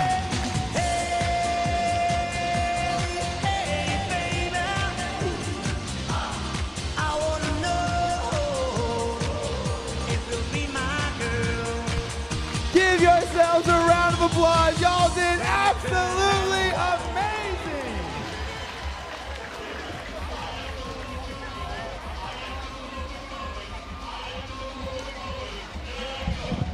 Kobe Robinson takes the mound for the Indianapolis Clowns. I'll tell you, I had a great stat for Kobe Robinson last time these 2 teams met. And it was that for 3 months, he was the best pitcher in the Banana Ball Championship League in terms of ERA. And in that very same outing, he gave up 3 without recording it out against the Coconuts. But Kobe Robinson has been so dependable for this Clowns bullpen all season long, but specifically since the first time these 2 teams met. And this one's going to be an even better outing than last time. He's got an out on 1 pitch. Already better than the last go-around against the Coconuts. Kobe Robinson, I am really excited to see a potential matchup between him and Tanner Ellen, because the 2 were talking some fair amount of smack pregame today. Kobe Robinson said to Coach Crocco, you need to use your golden batter in the 4th inning because I want to strike out Tanner Ellen. And then Tanner Ellen said, I'm going to put a hole in the left field video board, to which Kobe Robinson replied, I don't give those up. And then Tanner Ellen said, well, I'm fast. Maybe I'll just hit one to the gap. And Kobe said, you don't run like you're fast out there. And Tanner said, let's race. Kobe denied the offer. So we get that matchup next, but let's focus on the man in the box first, Muscle Beach himself. Ben Parker pumps it foul. It's going to be put up or shut up time. That's putting up. Parker Drilled into center. Jackie Bradley Jr. drifts underneath it, and he's got it for out 1. No, out 2. The first one happened so quick, I think I blinked and missed it. Boy, the Clowns could use another quick inning, but that is famous last words when TA, Offensive Player of the Month in the month of July, comes to the plate. Look at this. Both of these dugouts are clearing. They are aware that this is a matchup between rivals. The Coconuts are all losing their hats, using their yard cards. These two have been waiting for this matchup for a month now. Oh, it's right back into Kobe's lower half. He's got it barehanded. His throw takes Prime off the bag. It still got him. Anthony Marks wants a challenge. It feels like such a pivotal moment in this game. The two rivals go toe-to-toe. As it stands, Kobe Robinson wins the battle, but Mark Crocco's bringing out the challenge. Wow! I mean, it was a perfectly shelled ball, but Kobe Robinson played goalie. And it took some speed to go and recover. Yes. Mano-y-mano, Mamba mentality for Kobe. Wow, they both put the speed on display after arguing about who was quicker. That is so funny, by the way, that both dugouts were clearing for that battle. They know that those two are two of the trash-talkingest players, all in good fun, in all of Banana Ball. And when they were going toe-to-toe today, everyone wanted to see it. I think Prime's got him. This becomes real close. When does Prime get that foot back on the bag? Looks like right there. Think this is gonna hold up. Doing our due diligence here, but from that angle, to me, it looks like Prime beat him by mere milliseconds.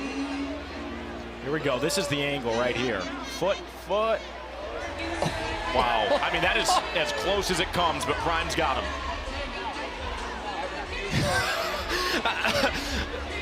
Look what's going on the field right now. This feels like the World Series. Out. Tanner Allen's out. Kobe Robinson wins the battle. And how fun is that? That might have been the moment of the game. This is a charged up atmosphere. We've had a couple of walk-offs, but nothing like we just saw from both dugouts.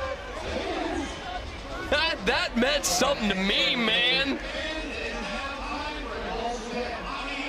Oh my goodness. Kobe, go find that thing. Right off the bat, it's a beautifully hit ball by Tanner Allen, but Kobe Robinson, right place, right time, able to stick with the play. His beanbag toss took a tall Corral Prime off the bag, but the first round pick is able to get his foot down to beat out Tanner Allen. And the smiles on the Clowns, that says it all, because both sides were waiting for that matchup all weekend long. Hey, we've got a fresh man on the mound for the Loco Beach Coconuts. The F-Factors day is done through 4. Allowed just 1 run. It was utter dominance for Will Etheridge, even without a baby blue strikeout. And here comes his longtime roommate, his best friend in the world, Keegan James. The two are Colorado Rockies farmhands together. Climb the ranks of that system alongside one another. And then blink, and all of a sudden are both wearing teal and orange. Couldn't avoid each other if they tried. James, the piggyback for Etheridge, has a 7.31 ERA. His 6.22 MPI is the slowest on the Coconuts, but the story for Keegan James is this. He throws harder and nastier than anyone on this staff. Every pitcher, every batter on the Coconuts would tell you that's the case. It's a matter of location, because when Keegan James is in the zone, he typically goes 1, 2, 3 with zeros. When he's not, the ball four sprints have been his Achilles heel this season. And this could be a crucial point for the Clowns to kind of turn the tide a little bit. You have that big energy play with Kobe Robinson retiring Tanner Allen. Both teams get into it. Now we've got tarps off in Bowie, Maryland. Thank you, Ashby Vining, for starting that. Thank you, Jordan Brewer, for always putting on a show. Jordan, how we doing? What's up, fellas? How we doing? Oh, man, I'm sitting on a rainbow today. Cam's got a thumbs up to you from the booth. Jordan, the boys have come out hot today. Oh, yeah. It was only a matter of time. You know, like, we were smacking the ball around yesterday, but we were just hitting them right where they're at. The first one I hit was to JBJ. I get to Marks, he's like, yeah, just don't hit it to center. I'm like, yeah, thanks for the advice. Yeah, that's hitting coach doing hitting coach things. Maybe I'll give him the credit. Exactly. He's got cool initials, AJ, if I do say so myself. So I'll bat an eye to that. But Jordan, Will Etheridge just threw another phenomenal game. What can you tell me about Keegan James, who's on the mound, his longtime friend? Man, Keegan is one of the most nastiest pitchers in this league, and You actually know what? You guys need to step in the box. I think we need to have a segment where the announcers step in the box, and I get to pick the pitcher, and I pick Keegan James. Can I wear a diaper? You're gonna need more than a diaper. He'll blow your doors off. He's got stuff that drops off the table. Like that. Speaking of table, let's get it set. Jordan, happy birthday. Thank you, thank you. I'm old. I'm starting to feel real old. What's an ideal cake for you? A Texas sheet cake. Oh yeah, Jordan You know Brewer. what? I want a trick cake. How about that?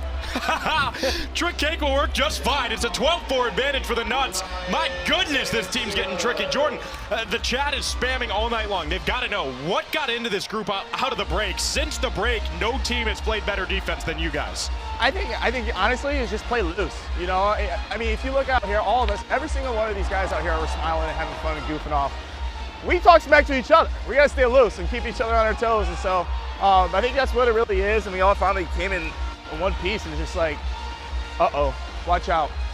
Hanging loose, letting loose, and going loco. It's a line drive into right field. Hit for Brian Dancero will help out his 174 batting average and keep the line moving for Kirkland Bakes. Jordan asked Brian what he saw there. Brian, what'd you see there? Two fastballs. Two fastballs, he said. That was so late. I'm gonna have to tell him that. No more fastballs. Here's the donut batter, Kirkland Banks. No, he's gonna roll into a double play right here, and it's gonna be a triple trick play. Wow, cold shot from Jordan Brewer. He's throwing the hat out, calling the shot on this. I'm Babe Ruth, and I'm pointing to Sal Jacobo right now. Calling it right now. Oh. There's one. Oh! That was a crazy trick from Sal. That was crazy. I mean, my goodness, Jordan, I feel like we've got some twin telepathy going. I Between felt knowing where the ball was going. like the temples over here started tingling a little bit, and I'm like, here it is, right here. You know what I mean? I was about to send Jordan through some government testing if he got that exactly correct. That was so close, man. Oh my goodness, that was good. DC's right up the road. We could take a look at him. Don't need to anymore, Jordan. Don't worry. He's clear now. Could you imagine government testing on your birthday? Oh my gosh, I passed. What is your favorite birthday memory? AJ asked me about mine recently, and I've been to 2 funerals and moved twice on my birthday. My favorite memory was probably I was 11, 12. My aunt has a lake house, and me and my bunch of boys went to my lake house. And I tell you what, we had a big old tube, and we were just tubing all day, just being little kids out there. And I tell you what, I was so sore from being on that tube all day. But that was by far my favorite memory of like my birthday parties and everything. And honestly, if I did that now, I might be in some trouble. I might be really, really hurt. Hey, that's an awesome birthday memory and good soreness for sure. Jordan, happy birthday. You want to leave the fans with a message here? Hey, watch out. The Nuts are getting hot. That's all I got to say. Oh, boy, it's scorching hot on Loco Beach, baby. Hey, 13 straight plays. In the world. He's so nice. I'll see you guys. Oh, Keegan. Scoreless frame, great feels for Keegan James. We're going down on the field because we're looking, we're searching, and we need to find Nemo. Into the stands. He has got a head start. Help He him is find moving. Nemo. Oh, and it looks like one of our clowns has found his Nemo. Gage, bring it home, bring him home. Who will bring Nemo home? It looks like it's going to be close. It's only a matter of time. Come on! It looks like the Clowns are going to win it! Go! Go! Oh! And the Indianapolis Couple of dads for the Clowns. Nemo! Gage Voorhees and Vinny Santarciero. Go and find Nemo. How about that? Not as crazy as the movie made it out to be. Pretty easy, I'd say. Speak for yourself. I still can't find him. I get in my car in the morning. I drive 90 miles in one direction while listening to One Direction, searching for Nemo. I've come up empty-handed for 22 straight years. Oh, wow. It's 5 o'clock somewhere. Chile and Guam. Always 5 o'clock at Loco Beach. Get those twisty straws in your drinks. Get the drinks raised to the sky. And a virtual clink from Banana Land. Cheers from Cam Stewart, Matty Warren, and myself. Ooh, nasty. Bring out the sword. Got Dane Toffin to go around on the cheese. His happy hour for Kobe Robinson. His first inning of work set him down 1-2-3, and of course the most electrifying out of the ball game so far. And speaking of electrifying, Bobby Leday can do that and add another trick play. And a scuba to boot. Bobby Leday makes it look routine. We're watching pristine shortstops defensively in this ball game. And with one down, here comes the birthday boy, Jordan Brewer. Gets a happy birthday from the crowd, takes a bow, already singled today. He had some tricks as well. How poetic would this be?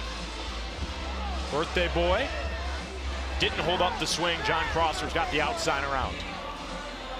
It's pretty emphatic for John Crosser for strike one. Pitch misses down.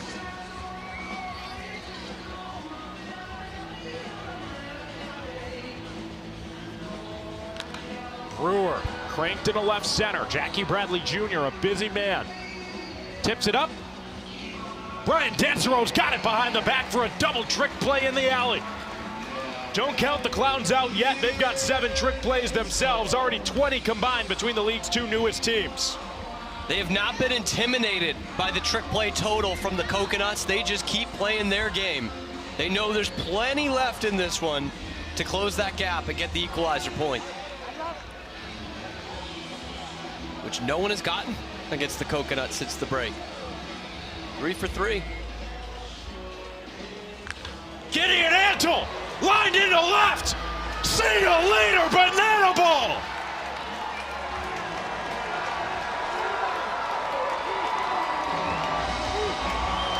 Mashed potatoes with a whole lot of gravy. Gideon Antle is feasting right now, and his nuts are up by a trio.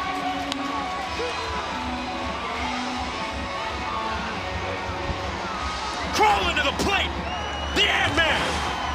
Makes it a second walk-off home run to left tonight. And Matty Ward's got him. Gideon, how much were you leaning for that ball to keep it fair? Oh, I am watching it. I had one last weekend. It went just foul this week. I was just glad to keep it fair long enough for it to get out fair. Hey, everybody over here was leaning for that ball, you guys, I gotta say. Hey, the boy's got his back. That's a feel-good moment. Gideon Antle. Bye! Never see you again. Into a cop car. Take it to the station, boys. That ball ain't coming anywhere back on this field. Smell you later, banana ball. I can smell this Loco Beach swim meet from up here, and not in a good way. The kiddie pool by home. The first one to make a splash will be our winner. Contestants, on your mark, get set, go! Alan and Justin, they are off to the races. They are now breaking it down. Breaking it down nice and good. The backstroke is beginning. They're a little confused on how to do it, but they are making their way towards second, where their wives look very, very odd upon them, wondering what has led them to this moment. The breaststroke is now starting between Justin and his wife, Alan close behind. Who will be our winner tonight? Only time will tell after the butterfly. The shirts are coming off. The wings are going on. It is wing and wing. Who will it be? Alan or Justin? Alan is making his way. He splashes. Give it up for our winner of the swim meet, Alan. Man, I love Loco Beach. The vibes could not possibly be higher. The Coconuts, a night removed from a loss, continuing to show you why the result is not what you got to focus on. It's all about the process here at the beach, and this team has come out on a mission today. They turn to the world's fastest pitcher to take over on the mound. It's Kyle Perry, Mr. One of One himself. A lefty with 2 pitches in his arsenal. Calls one a fastball, the other the slow ball. He's got the 3rd best ERA of qualified pitchers in the league this year, behind only Danny Hosley and Chris Clark. And Kyle Perry is a specimen. 1 Mississippi, 2 Mississippi, ball to the plate. And this is what he does. That's the exact contact he wants. Tanner Allen's under it in left. He tips it up. Sal Jacobo makes it a double trick play. Kyle Perry works quickly. The defense is up to 15 tricks. Are you kidding me? They might break the 20 trick play record they set last night. Wouldn't put it past them at all. These guys are playing with all kinds of confidence and swag right now, and they got a pitcher who gets the ball in play real quick. And this one eats up Sal Jacobo. It does. A rarity. He says that one's on me. Good news for him is KP loves to work a little ground ball. He may give Jacobo another chance. Oh, Kyle Perry's shaking the mullet. That's how you know Joe Lytle's up to the plate. Perry with an infectious smile and gratitude. Handcuffed him, but Lytle doesn't go. The way this Coconuts bullpen is going, you almost feel like you might have missed your chance with Keegan James last inning and now Kyle Perry doing his thing. Right to Ben Parker. Oh, yeah! 2 backflip catches, 1 game, and the Clouds have lost their mind on the bases. It's a double play out of a backflip catch for Ben Pumps Parker. And another sub-2-minute inning for Kyle. 1 of 1 Perry. Nothing but nuts from Bowie, Maryland. An unconventional double play. I don't even know that the Coconuts know what just happened. Pumps eats backflip catches for breakfast, but you get the backdoor double play. Oh. Backdoor double play into the backstage question of the game. Hey guys, Christina Fusco here at Banana Ball Backstage. This is Braden, and he's got a question for Clark Gilmore. Take it away. If you could be an animal, what animal would you be? That is so insightful. Clark, let's hear it. Thanks, Braden. Great question. If I could be any animal, I think I would be the bald eagle. And the reason is, first of all, I get to fly everywhere, which is pretty cool. But also, everyone in America would love me, and they'd have to protect me. So I feel like that's the best of both worlds. It's like the best of both worlds. Loco Beach on top 3-0. How about it? The Coconuts are going to face off against a new man on the mound yet again. They've had their way with the Clowns tonight. Loco Beach has, count it, 1, 2, 3, 4, 5, 6, 7, 8, 9, 10, 11, 12, 13, 14, 15, 16, 17, 18 trick plays through 2/3 of the game only. And now they're in prime position for another walk-off here against David Griffin. We mentioned this earlier that Eric Fox turned to this last week to great results. David Griffin was showman of the night Friday night in the series clinching victory against the Party Animals last week. Coming out of the bullpen, he does it again today. He is one of the best guys you could bring out of the bullpen in the entire league. A strike throwing machine, a strikeout king of this Clowns team. He was dominant last weekend, but he struggled against the Coconuts. Second guess it, but oh well, I'm with the girls and the gossip girls. Oh, and they're loud, I'm mellow, and I'm gone, but hello.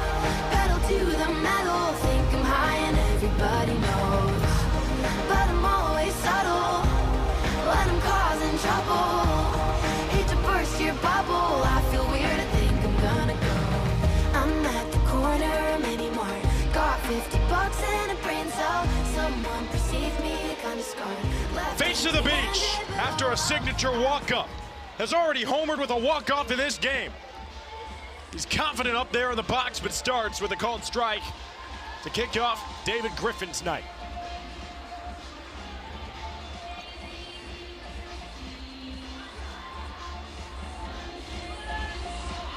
Finding hefty hack at the 1-1. Pats his chest. He knows he's still in this fight. Nailed off.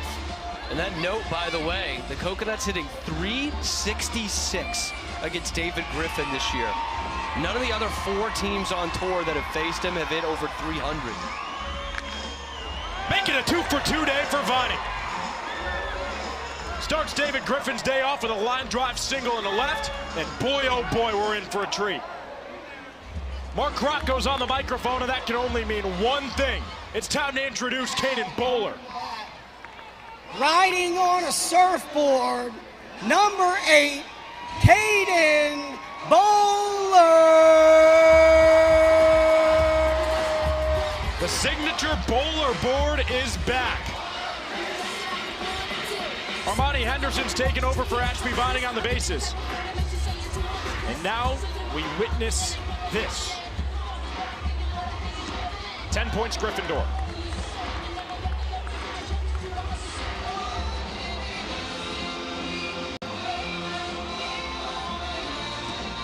Another 10 points for Gryffindor. 30, 30. Do I hear 30 for Gryffindor? Do I hear it? That young man over there, 30 for Gryffindor? No. Instead, it slithers its way over to short, and Bobby Ledays throws off the line. Caden Bowler's into first safely. The inning-winning run is over to third in the form of Armani Henderson, and we've got Must Beach TV because it's time for a battle of roommates. David Griffin, Eric Osberg share an apartment back in Savannah, Georgia. Eric Osberg's been itching for the opportunity to face off against his friend turned foe for the moment, and it's more storylines between these two teams. After 20 points for Gryffindor, they're gonna have to battle to find the golden snitch here. Osberg cranked foul. Straightens that thing out, and we've got another homer. Armani Henderson with quite a deke as the designated runner at third base. It looked like he was labeling it straight steal of home. Waves to Griffin. And Eric Osberg wants to wave this inning goodbye. He does! Eric Osberg walks off David Griffin in the clouds, and the Coconuts are dominating day 2 in Bowie. Make it a 4-0 lead. The grade A professional walks off his roommate, and the boys are gonna celebrate.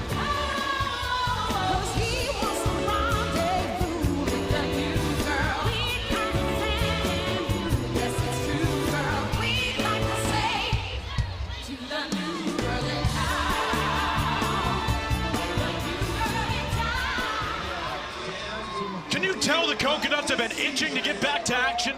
After dropping a game to the Clowns last night, this team has come out on a mission for vengeance. And that's an understatement of what they've achieved. Through 6 innings, it's a 4-0 lead. Nothing can knock down these Coconuts, so we've got to get the word used somehow. Let's go down to the field for Noodle Knockdown. Battle Warriors here in Bowie, Maryland, and we found 2 of the toughest contenders. It is now time for what we call Noodle Knockdown. We're gonna have these 2 contenders battle, and then it'll be up to you, the fans, to decide who is our winner.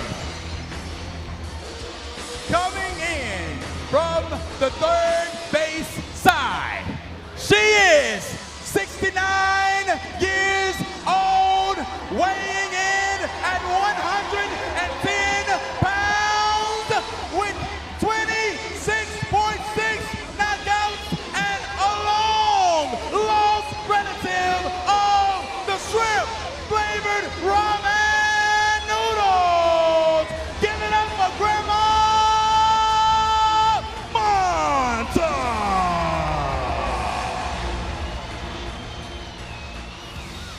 All right, and now it's time to meet her opponent coming out of the first base side. She's weighing in at none of your business. She's broken 2 hips, neither were hers. It's 65-year-old Karen!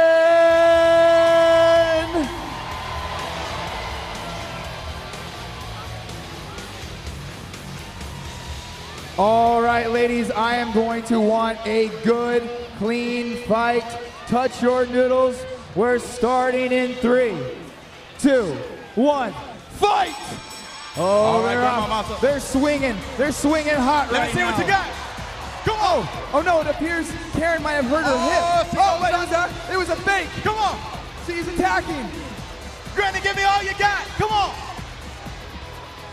They keep swinging. They keep swinging. We're going to count them down, everybody, in 5. Come on. 4. Oh, 3. She swung and she missed. 2. Come on. 1. Break it up, break it up. All right, fans, it is now time for you to decide who was our winner. Was it Grandma Martha?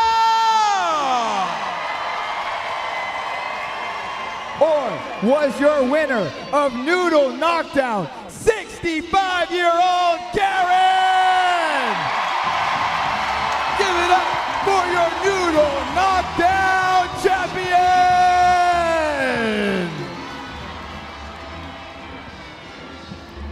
We've got a Noodle Knockdown champion. And on my never-ending quest to become the champion, the mayor of Loco Beach, allow me to add Zach Smith to my campaign. A good friend of mine has endorsed me in my run for candidacy. He also has caught them all. He is an avid Pokemon Go player, even here in the Big 2026, a big-time cardboard collector in the form of Pokemon and sports cards, and a very dear friend of mine. Smith has an 8.10 ERA, 23 strikeouts to his 18 ball 4 sprints this season, and it's just another guy that radiates positivity. There's so many of these players that feel like they were put on this earth to do exactly what they're doing across this Coconuts lineup. Zach Smith is one of them. And this Coconuts train keeps on rolling. We were history watch all last night in the trick play category when the Coconuts set their franchise record, 20 trick plays. They're 3 away from breaking that, and they have likely 3 more innings of outs to get. Gideon Antle on his horse. It's a one-track off the warning into the wall. Oh, man, but Splash Life Dale's only going to get 1 base. Again, that's out of respect for Gideon Antle, who would have had him at second base. That is such an underrated factor. Having a rookie right fielder. By the way, Gideon Antle's got plenty of years left in the tank. 3rd youngest Coconut. Having a guy like that in right field single-handedly changes the game. It changes how many runs other teams score. It mitigates the value of hits to right field. And it's fascinating to see how it will affect as Malachi Flash the Kid Mitchell comes in as the designated runner. We've already seen the respect shown with Flash on the base pass. And if you're respecting Gideon Antle's arm when Flash is coming around 3rd, you're doing it for everyone. Oh, let's take a moment to hear from our sponsors as we go to your regularly scheduled hydration break. Drink water. Great to hear from all of the sponsors, all of the advertisements here in Banana Ball, as always. 7, 6, 5. But this ain't no normal hydration break. Come on now, it's Banana Ball. Hydrate one another. Water cannons off. And it's time for dodgeball with water balloons. Oh, the big arch just nailed Brandon. We're going tit for tat, blow for blow, jab for jab, water balloon for water balloon. That's a hydration break if I've ever seen one. And it's safe to say the boys are hydrated. Violently hydrated.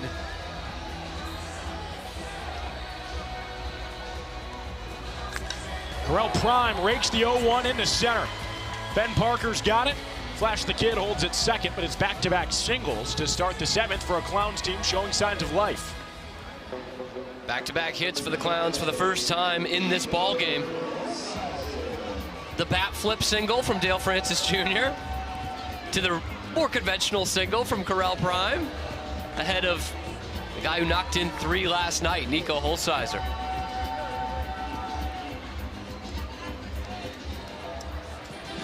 Now I can't take my eyes off that eagle tattoo, knowing it's his favorite. I mean, you should show it to Clark Gilmore, who wants to be an Eagle. It's a good callback. All great comedians can do a good callback. Thank you. Clark Gilmore, of course, did play in the ACC, but not for the Boston College Eagles. He went to the other Catholic school in the ACC, a year at Notre Dame. Swing and a miss, fills the count. Sprint here from Smith would give the Clowns their first runs at their lone in the game that came in the top of the 2nd. Instead, Holsizer makes it a 3rd straight single. Flash the Kid gets the stop sign, and for the 2nd time in this game, the Clowns have the bases juiced. So much for talking about how hard a thing it is to do, and it is. It's pretty rare here in Banana Ball. But we got some Nirvana fans for the Clowns. They play station to station, 3 straight singles. And all loaded up for Eli Payton. Eli Payton ripped into right field. It's the first grand slam in the history of the Indianapolis Clowns. The 2nd in regulation ever in Banana Ball. Grand salami. Eli Payton Welcome to history in living color. Table for two. Eli Payton and history. Reservation, 8:20 p.m. in Bowie, Maryland. Maddie's got the guy who just hit the first Grand Slam in team history. Second in regulation. What do you got? I mean, felt great. Zach Smith's a great pitcher. You know, we've been going at it. He's going to get a good video later. Good video indeed, you guys. Oh, I'll be waiting to see that one. Eli Payton's earned the right to post a crazy video after the first Grand Slam in Clowns history. More history in Bowie. What a way to get up off the mat for this Clowns offense. How about a 4 spot? Brian Dancero a little upset with himself on that last pitch. That hit the bat. Brian Dancero make it back-to-back jacks. After Eli Payton's Grand Slam, Brian Dancero seeing beach balls. Back-to-back batters, back-to-back bombs, and Indianapolis is alive and well. Brian Dancero picks up right where he left off in Hartford. 4 extra base hits in his last 6 times at the plate. Anyone, and I mean anyone in this Clowns lineup can get hot just like that. How lucky are we? We get to hear from Matty Warren again. Another home run, another interview. Brian, how much do you think you and Eli are going to talk about this tonight? A lot. We've been talking about it for a while because we're locker mates. So that was really cool. Hey, yeah, it was really cool. Insanely electric, you guys. Cam, you have got to be freaking out right now. That's my guy! That's my guy, Brian Dancero. Wears number 5 on the Clowns, just like Hank Aaron did, and he looked like Hammerin' Hank that time. They call him B-Dino. Whew. Hey, this is proof you cannot count this team out of the game. If this was the 9th inning, they'd have the lead right now. I mean, he sent that one to the Paleolithic era. You got to know that Kirkland Banks is going to do everything in his power here, even as the donut batter, to swing for the fences and make it a trio in a row. Instead, it's a foul ball down the left field line.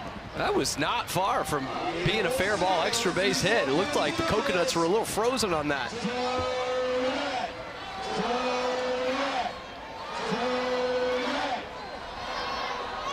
Still no outs in the inning. Clowns getting to Zach Smith here. Kirkland Banks eyes down a strike. We're one away from free donuts. This game's had a little bit of everything. 7th inning already proving to be no different. Oh, he just barely fends it off. You didn't want no donuts here.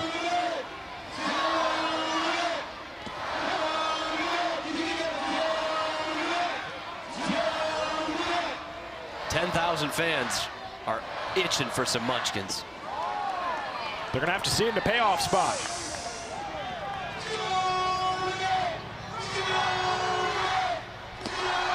It's a ball 4 sprint issued from Zach Smith.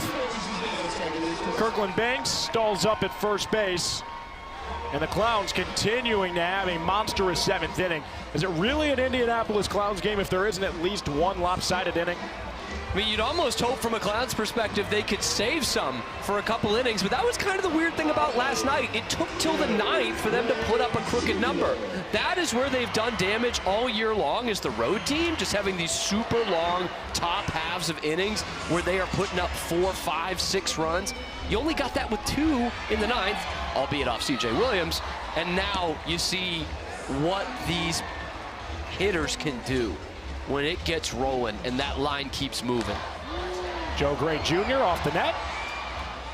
It's caught, but it was off the net, so it's just a souvenir. I think we'd call that a let in tennis. I've got the biggest tennis fan I know in attendance at this game tonight. Should ask. Oh, really good throw down. It got him! Kirkland Banks gone dead to rights. Ashby Viney's got a smoking pistol and he holsters it. That's how you help your pitcher out. Zach Smith finds his first down on this laser beam. Nice tag from Chatanier, too. Two of the best defensive catchers in terms of throwing runners out are in this game. Joe Lytle and Ashby Vining. Vining is making a very real argument for yet another showman of the game on his rookie campaign. 2 for 2 with a walk-off home run. Now he has a caught stealing as well. Skyscraper. Upper level. Oh, in and out of the Coconuts hat. That is why you bring a glove. Joe Gray Jr. works a sprint. Cowboy Joe, much like Kirkland Banks, is going to hold at first base. Would be surprised to see him test Ashby Vining with the way he's feeling behind the plate. And the Coconuts pull the plug on Zach Smith. It brings in Blake Benson. Quite an entertainer, a break dancer, a pin dropper, a handstander. And he's got a 6-pitch mix that he's going to attack this Clowns team with. Saw him last night, a scoreless inning for Benson. And you said it, he has got a whole big arsenal to throw at this great Clowns lineup, but no rest for the wicked, man. JBJ to start off your night.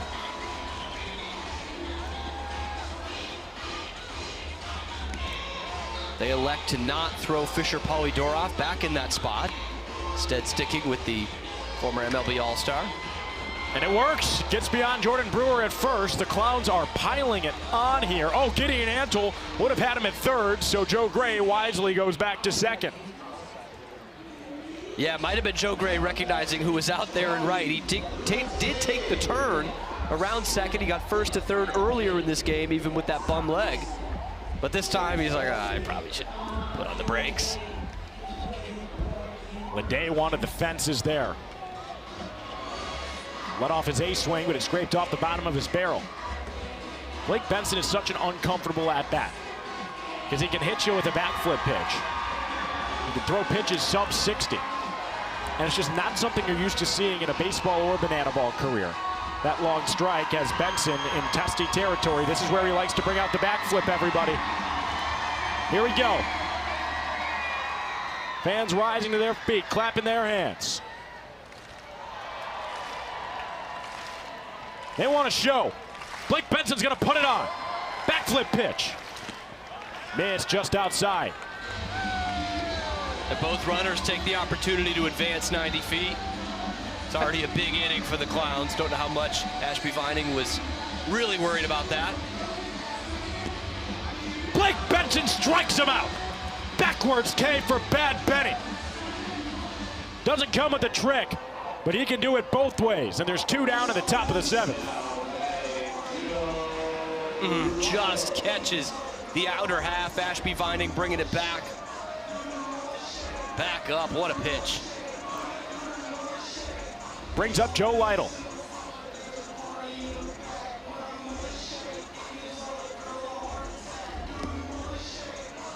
Benson just low. Lytle trying to get an on-base streak to 23 games. 0 for 3 tonight, including being victimized by the great fans here in Bowie. Oh, wow. By the way, that fan caught foul ball. Stranded a runner at third to end the inning. That was a huge out for the Coconuts. Massive. Who have really not had to look back at all in this game. Oh, Lytle. It's what he does. He's so good at going to that pull side. Should say opposite field. He aggressively attacks left field. It's a ball away from bringing in 2. Benson's got other plans. And he's got him with the backwards K. Blake Benson loses the glove, does a shimmy, and he's got Joe Lytle frustrated on the first base line.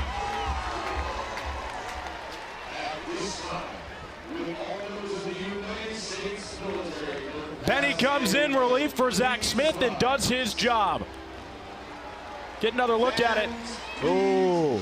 Joe Lytle really didn't like the call. And that one's close. Joe Lytle, a catcher always knows, right?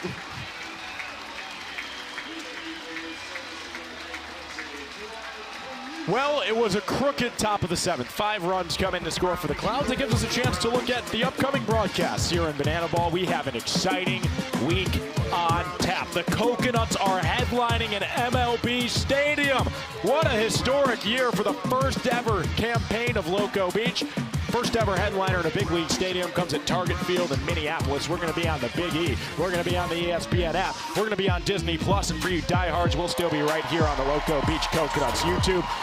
Otherwise, the Clowns going up to Spartanburg, South Carolina, headlining the Tailgaters. The Firefighters are hosting the Party Animals.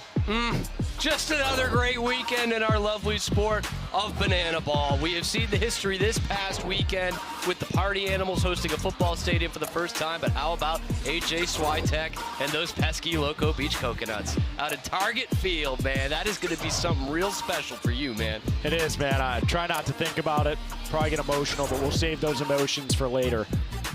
It's hard not to be poetic and romantic about Banana Ball. You know an underrated facet of that 5-run inning? David Griffin just had to sit and watch for 20 minutes. That's not easy as a pitcher. And he's going to start against the songbird of our generation, Dalton Malden.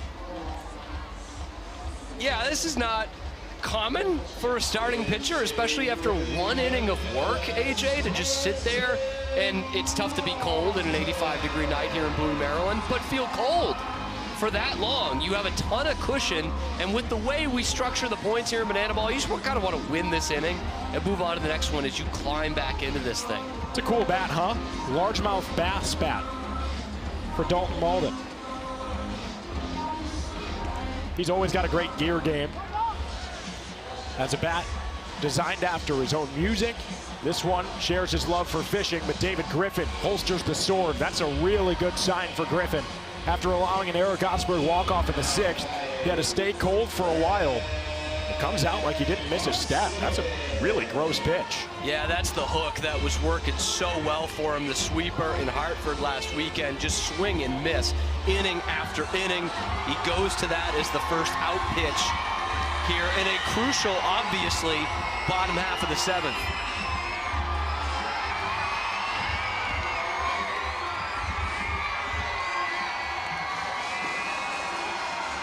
Dual threat Brent 0 for 1 today. Skyscraping foul ball. Leaves the concourse and it's into the parking lot.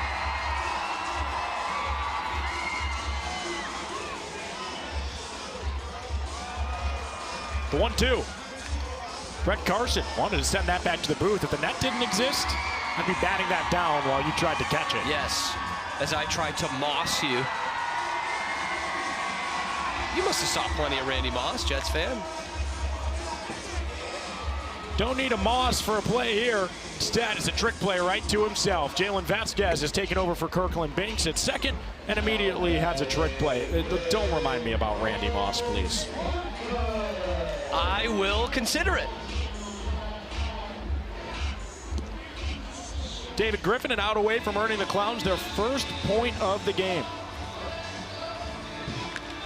Ben Parker to the left side of the infield. It's beyond Griffin, beyond Peyton, and there's no play. Infield single for Ben Pumps Parker.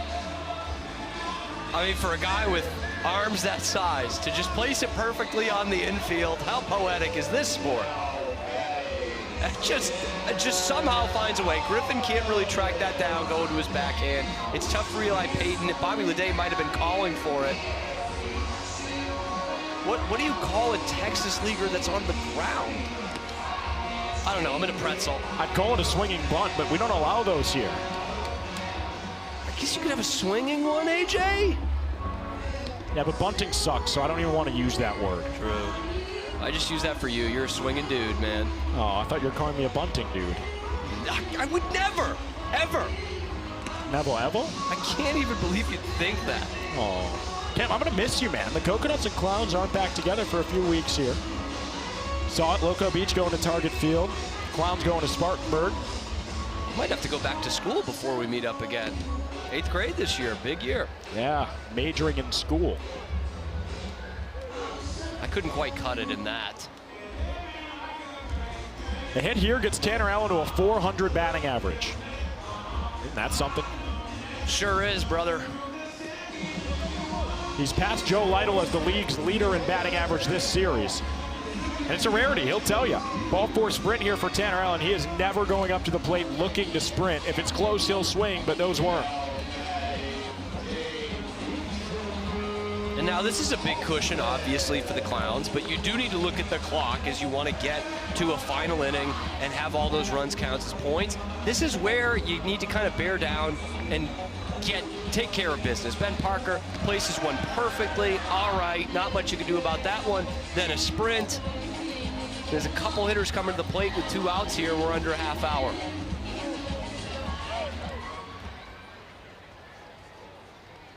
I get some good Tropical Smoothie Cafe smoothie. Oh, I'm on my 4th sunrise sunset today, and the only thing I wish is that it was my 5th. I think it's starting to infiltrate my bloodline. My kids will definitely have Tropical Smoothie in them at birth.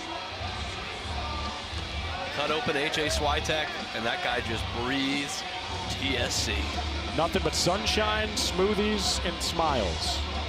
The triple S and Switek. Quadruple S. Too many S's. I can't count that high.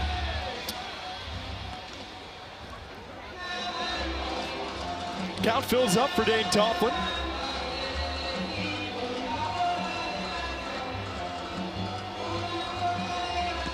Swing and a miss. David Griffin gets out 3. Joe Lytle wanted to make sure to get a 4th out just in case, but David Griffin does it himself.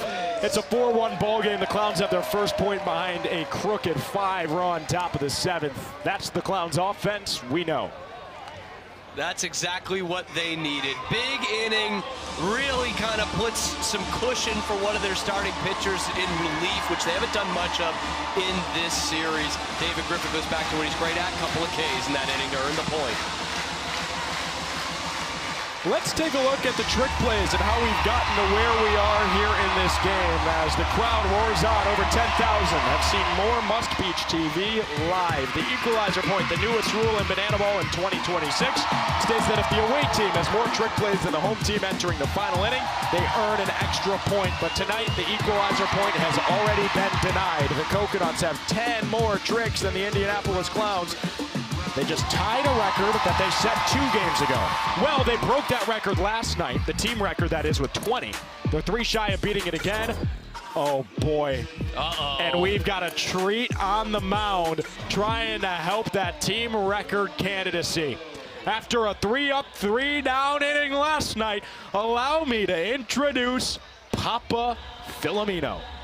Da-da-da-da-da-da-da, meatball, da-da-da-da-da-da-da, is back. Joe Filomeno is the man. Da-da-da-da-da-da-da-da, meatball. He has switched his buttons to Velcro because he loves to slap the stomach, roll the jelly, marinara, Parmesan meatball with no raisins. It's a southpaw. It's Joe Filomeno. He's a meatball with no raisins under that skin, baby. Joe Filomeno, 85% lean, 15% fat. Made a pure ground meatball. Has to post another scoreless inning, much like he did last night against these Clowns. He had me singing that song from start to finish. Joe told me today he knows it's a good night when he hears that song. Well, it's already a good night in that case, but he likes to hear it more than just the one time. Filomeno sees sky-high contact in the grandstands. Caught on a camera. So we didn't say the song was good. It's just the implications of what that song means. Keep sleeping, man. You're going to hear it on the radio next year. It's going to be Banana Bow, the anthem 2, and then Clownin', and then the meatball song. Wow. So both pitcher and hitter here will be featured on the radio next year. Heard it here first. Can't wait. Look out, Billboard Hot 100. We got some hotties right here. Dale Francis Jr., Joe Filomeno. Dale Francis, pretty hot, by the way. 2 for 3 tonight. Cam had some wind go down the wrong pipe. I'm going to cover for him. Oh, man. Cam, guys get real passionate about Dale Francis Jr. Breathe, man. I get a hydration break. I know we love the song, but you've got to stop clowning. Ooh, I think I'm there. I think I'm better. Popped him up. Prime trick play opportunity, but do the Nuts just want the win? Gideon thought about a tip play, but that ball was tailing. He brings it in for out number 1.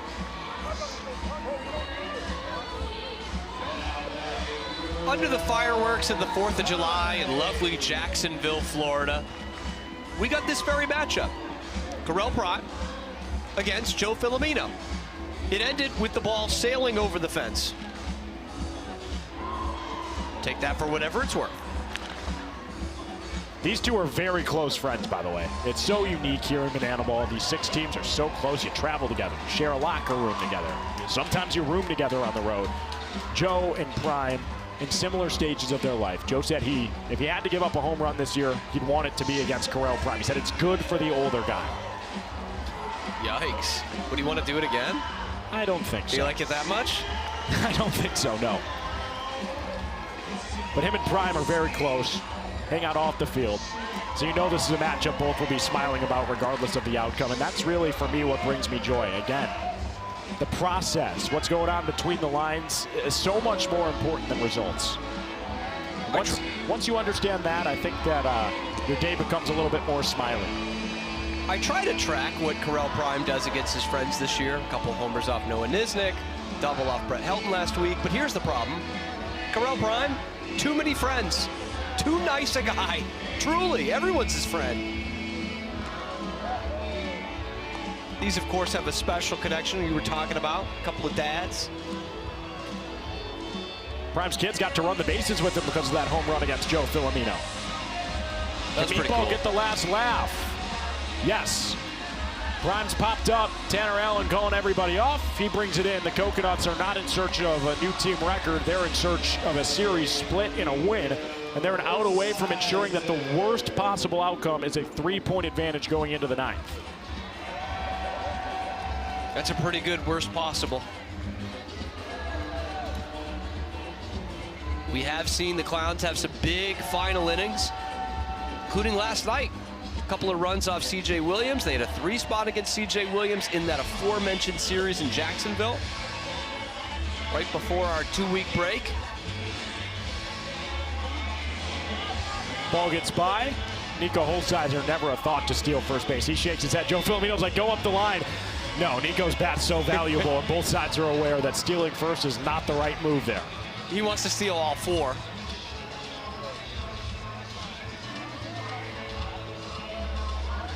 End of Shark Week here. Nico Holsizer. It's just power. It's just raw power. YouTube chat, first and foremost, thank you for opting to spend your Saturday night here with myself, Cam, and Maddie. I mean it from the bottom of my heart when I say I love you. I love you too, YouTube chat. Let's make one thing very clear. Raisins and meatballs is not a good combination. Grandma Switek, I love you dearly. You can leave that in Sicily, please.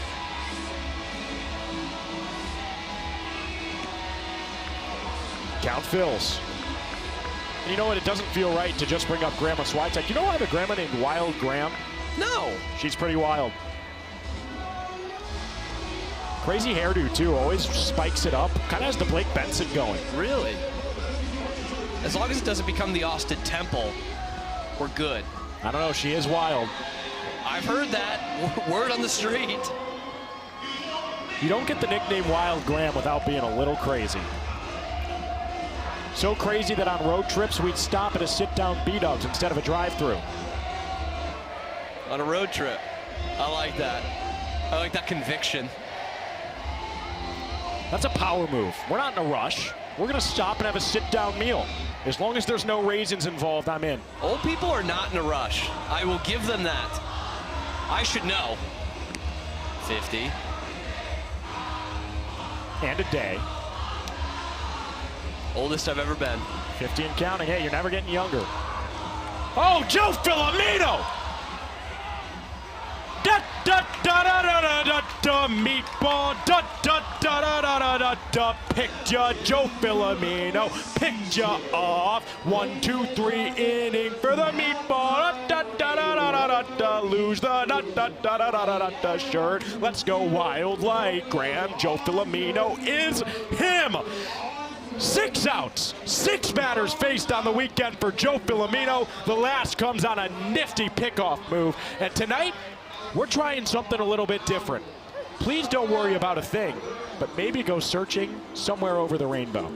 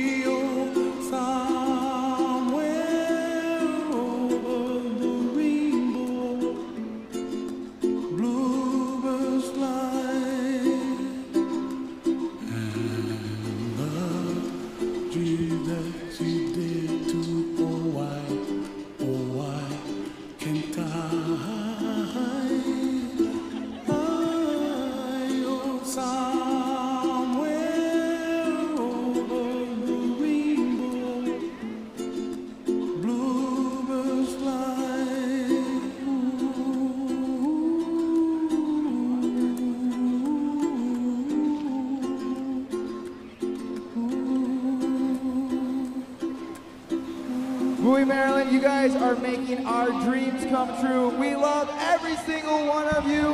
Remember, guys, let's get loco! And right now, everybody, it is time for the Loco Beach Light Wave. When that wave gets to you, I want to see you get that phone light up in the air. Starting right here in right field. In 3, 2, 1, light wave!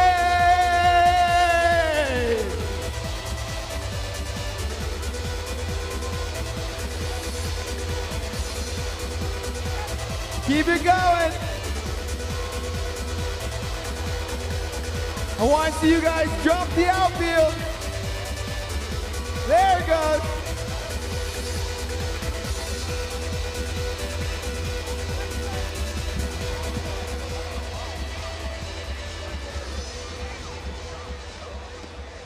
Somewhere over the rainbow, there's 10,000 people doing a light wave. Only at Loco Beach. Never did I think that sentence would come out of my mouth. I'm glad it did. Oh man, the love in the air tonight is palpable. The 10,000 have felt like 50,000. They've come to watch a show, and a show has been put on. How about 26 combined trick plays between these teams? The Clowns showing signs of life late, scored their point in the 7th, and it's up to them to hold it at a save opportunity going into the 9th by keeping the Coconuts off the board here in the 8th. Yeah, and it's a huge inning that we just came off of with Joe Filomeno. You know, how about a 5-run spot in the inning before he comes down and makes it simple as you like. He throws it a ball 4 sprint, but then picks off Nico Holsizer. So faces the minimum in that inning. David Griffin, time to bear down like he did in the last frame and get this thing to the 9th. That'll help. David Griffin has settled in really nicely here. Last time the Coconuts saw him was a start on 4th of July, one that David would likely like to leave in the rearview mirror. Here, you know, he allowed the 1 point, but last inning came in, wheeled, dealed quickly. Now one down, he's got to deal with Gideon Antle, who homered in his last time up. And he has not shown any signs of discomfort of coming out of the bullpen like you might see with some starters. He is clearly a weapon in both scenarios, both starting and coming into a game. It's just a night like tonight where he comes in and they're already down 3-0 that I don't know if you get the best out of him. Right back to Jalen Vasquez. Tip drill. Oh, he lost his footing. Gideon Antle, that's why you hustle. He's into second base. We've got a real two-man race right now, a fun competition at Loco Beach for showman of the game. It's between Gideon Antle and his follow-up act, Ashby Vining. Antle's hustle just got him another 2 bases in what's been an unforgettable night for him.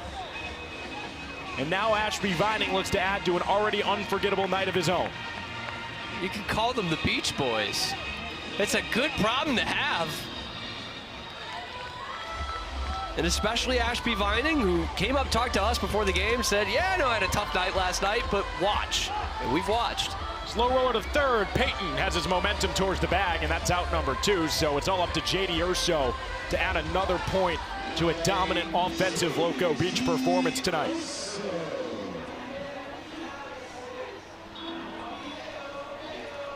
Antle and Ashby Vining responsible for 2 of the points on the board for Loco Beach. There's only Peyton Chatagnier last night. Kind of an interesting quirk. Only 2 runs, 2 points for the Coconuts. Not that Peyton Chatagnier isn't capable, just that you wouldn't expect that to be the only guy driving in runs for this loaded offense. Very different story here tonight. And this is where the intricacies of banana ball really step in. In baseball, this is a 6-6 game. In banana ball, far more fun. Since the Coconuts have felt like they've dominated this entire game, they rightfully are leading 4-1. That's a rule, I'll be honest with you, Cam. I'll be very transparent. Before coming here, I did not know how I felt as a lifelong baseball fan that each inning would count as a point. Now I can't live without it. It makes every game nail-biting. Genius from Jesse Cole. And I'll tell you, it helps you understand elections, too. I think I need to study because that went over my head and I'm running for mayor. You need to know this, AJ. Every inning counts as a point in an election. I'm lost. You nailed it, man. I don't know what to tell you. Oh, cool. Well, some call the Electoral College, the 1960 World Series. It's all in the pamphlet I gave you. I probably should have read that before putting my name in the mayoral hat. It's all in the literature. Ball 4 sprint wins the inning for Urso. Out, keeps it scoreless for Griffin with 2 away. 3-2, lofted into center. Jackie Bradley Jr., an oh-so busy man. Brings it in the old-fashioned way. Into the 9th we go. Both teams held at bay in the 8th, so it's a 4-1 ball game as Kakoa comes to the field to teach you about the most exciting rule set in sports. It's time to take a look at the scoreboard. With the Coconuts leading over the Clowns 4-1. The Clowns are going to need 3 runs to tie this game and send it in to the bottom of the 9th. But in banana ball, the final inning is the most important because every run counts as a point. Bowie, Maryland, your energy's been amazing all night, but I need you now more than ever because it all comes down to this. This is the final inning!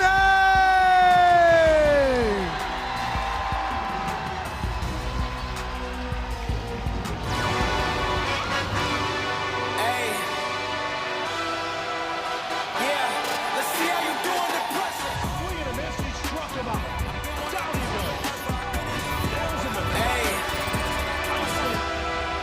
Yeah, let's see how you do under pressure. Swing and a miss, he struck him out. Down he goes. Nails in the coffin. Ice in his veins. Strikes out the side. C.J. Williams, that's what he does. He got him. It's another save for the Billions. C.J. Williams got him to go.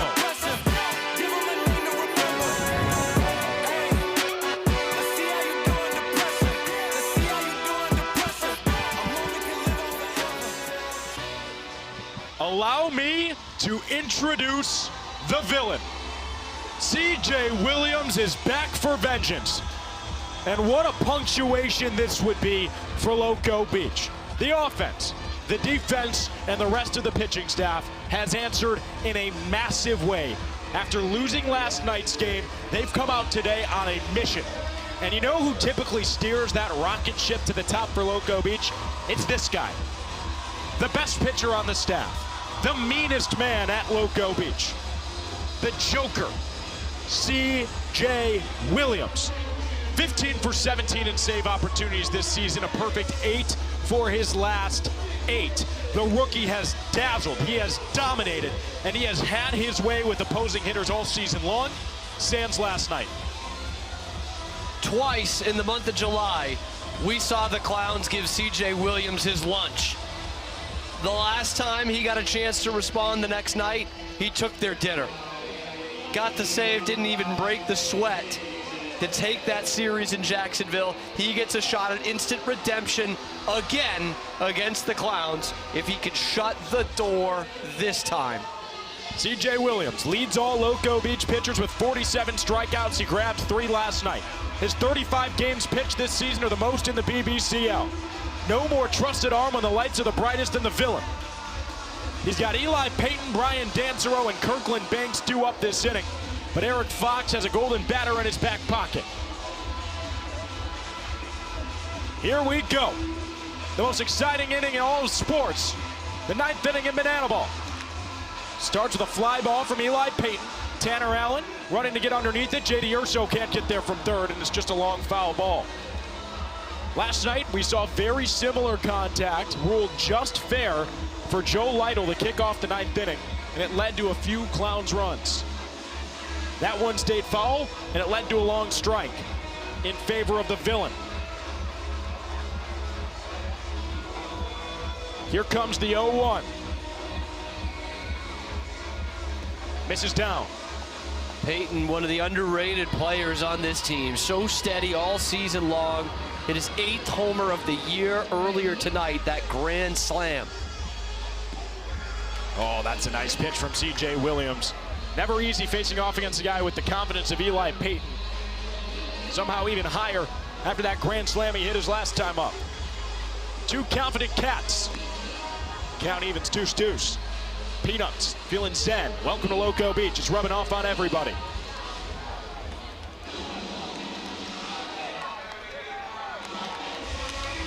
Payton, sky high.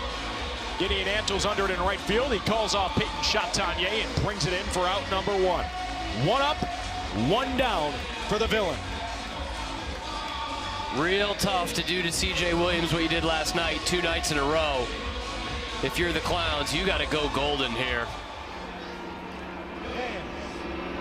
The Indianapolis Clowns are invoking the golden batter rule. That means stepping into bat for Brian Dancero is former MLB Golden Glove winner, MVP, ACLS MVP, and former 2-time MLB Red Sox champion, Jackie Bradley Jr. JBJ is all those things and then some.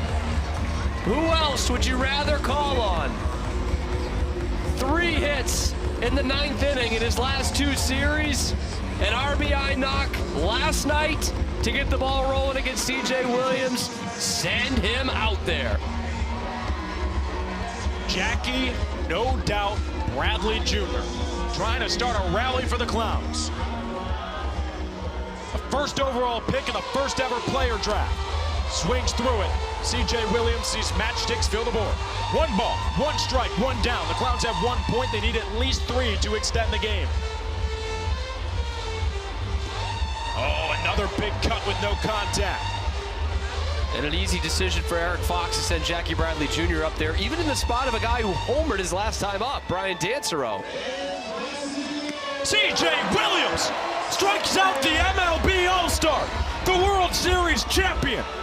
There's 2 up and 2 down, and the villain is back to killing. We're an out away from a Coconuts win. It's 5 o'clock somewhere. 9 o'clock Eastern, 5 o'clock Guam. No better time than now for a virtual cheers. Coconuts knocking on the door of a split. And a big one at that.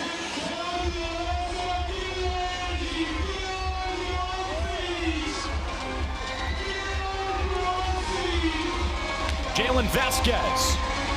Can the fans end the game? Not this time. Off the berm. He seems happy he ended up with it. Would be pretty cruel to the former Baysock, Jalen Vasquez, but all's fair in love and banana ball. Jalen Vasquez, skied into right field. Gideon Antles underneath it, and the Coconuts win. Buzzer to buzzer at the beach. Go Loco, baby. The Coconuts in their inaugural season move on to 24-20. Deny a fourth straight equalizer point out of the break. Behind 18 trick plays, 6 runs, a myriad of hits, a couple of walk-off bombs, and a close from the villain. His league-leading 16th in 18 opportunities. Welcome back to the beach. It's what we do. Let's celebrate.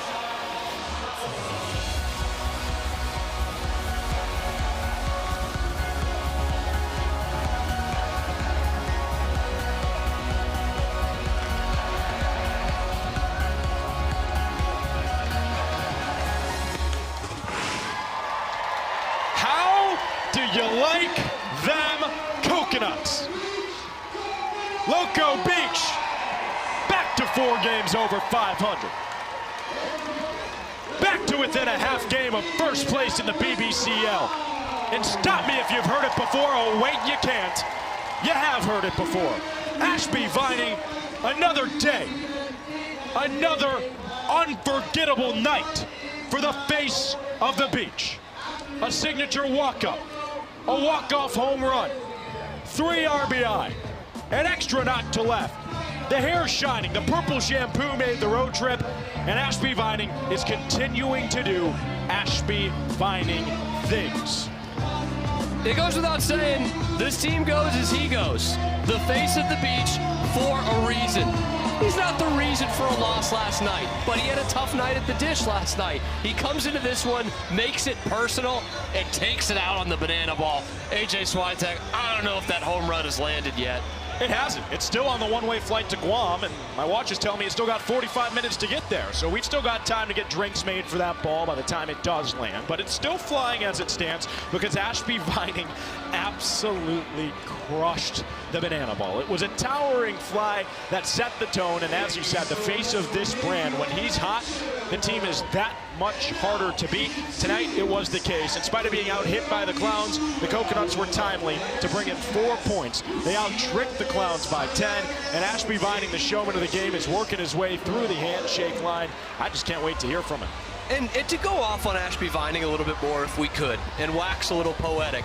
Not that he is making any excuses, but when you come to a banana ball game, a Coconuts headliner, and you're seeing all that Ashby Vining is doing before a game to be fans first and get this place into it, and then to call a game as a catcher and do what he does at the plate, it's just spectacular. Cam, you've got that exactly right. You don't see it anywhere else in sports. He's on the microphone, he's behind the plate, and he's hitting bombs. Introducing Ashby Vining.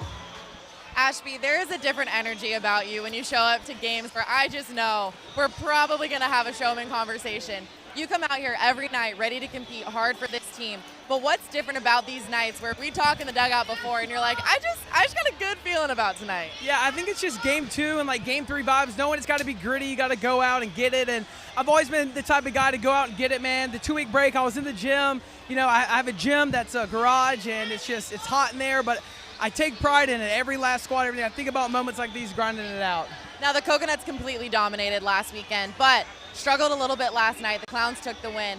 This is still the most Coconuts game that I've ever seen because there's something about this team when they're able to show up, compete, and come back and split the series. What is this team doing that's making that work no matter what happens? Yeah, I think it's just showing up every day at practice, and it's one of those things. I came in yesterday and told the team, man, that's probably the worst game I played yesterday. Pumps came out to me, was like, man, I played bad, had terrible at bats. So just knowing we got to flush it and move on to tomorrow. And as you saw tonight, Pumps, incredible night. Me, incredible night. Giddy, incredible night.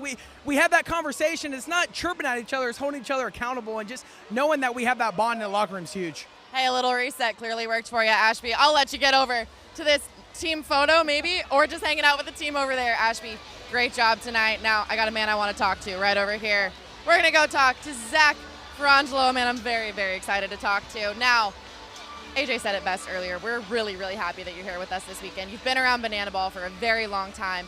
What is it like for you to be able to look at a team like the Coconuts, a show like what the Coconuts have, look at the fans and know exactly what we need to implement for it to be an even better experience for the fans? Man, this is one of the coolest brands that we have, and their show should replicate that. You know, they've made such great strides over the season to build something that has impact and fans are resonating with, and the guys love and they enjoy being around, and they have a great team of people that want to make this show the best that it can be. It always just helps to have an extra set of eyes that can kind of see it, give them notes, and try something new. And that's what we did this weekend. We had some ideas coming into the weekend that we could make it better, and then we implemented those. And now I feel like we have a really good product and a really good stepping stone for what the future could be of this team, because now they see the possibilities of adding more, becoming new, and trying new things every week.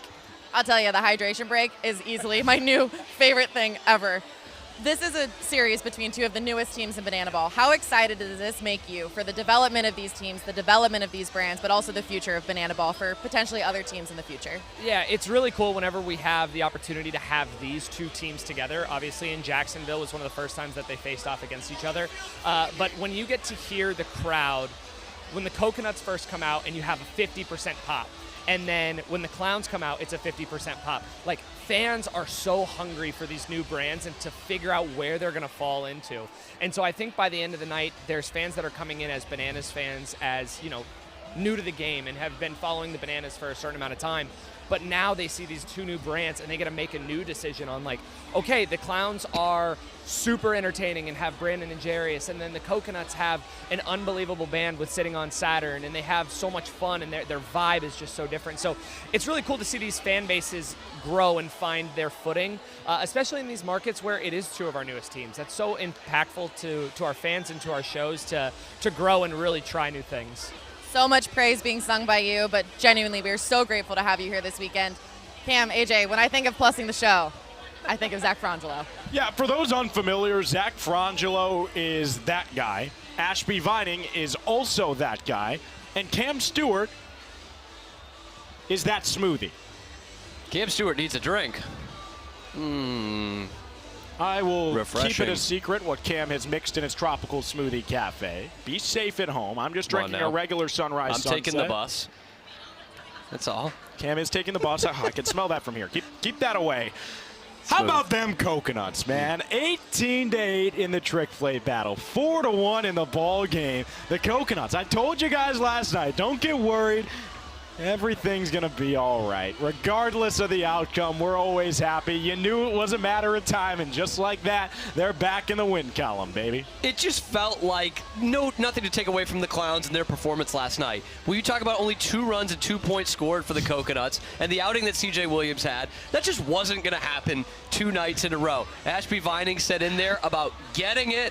The guys who get it, get it. And the Coconuts got it from the start of this one. 5 runs and 2 points on the board before the Clowns recorded their second defensive out. They really just went over the hills and through the woods and hid away from this Clowns team who was hunting a sweep tonight. I'm going to miss you, Cam. I am. I'm always at the beach in your We've heart. got 3 weeks time till we're back with the Indianapolis Clowns. So let's take a look at the Indianapolis Clowns calendar, because even with the loss tonight, lots of help happened across the Banana Ball Championship League last evening, and that win makes things all the more interesting. The Plaza Party is lively, and this is what the Clowns' upcoming schedule looks like. Yeah, that's what you see next Thursday through Saturday. We're traveling to Brett Loftus's hometown, baby. Spartanburg, South Carolina, for a 3-game set with the Texas Tailgaters, who they haven't seen in almost 2 months. And then we'll get Mile High with you at Coors Field out in Denver, Colorado to face off against the Bananas. And you get the Tailgaters again in Joe Lytle and Matt Wolf's home area of Oklahoma City, Oklahoma. And then we will be within a 5.5-hour drive of Mount Rushmore in Sioux Falls, South Dakota, to close out August against the team that is right ahead of them in the BBCL standings. It's going to be a fun sprint down the stretch for both of us. Yeah, speaking of both of us, let's look at the Coconuts' upcoming schedule, baby. It's exciting. We don't see the Clowns again until the start of September, where the Clowns will be headlining in Lexington, Kentucky. Until then, hope you like potassium. Do you notice a trend? K, lots of K, lots of potassium. If only I knew how to peel a banana. I think I've got time to learn, because we've got the Bananas in Minneapolis, Minnesota, then a little break from your regularly scheduled program. The last series of this season against the Texas Tailgaters. The Coconuts, with one win in that series, will win the season series, already up 6-3. The worst they can do is split it, and then it's, what?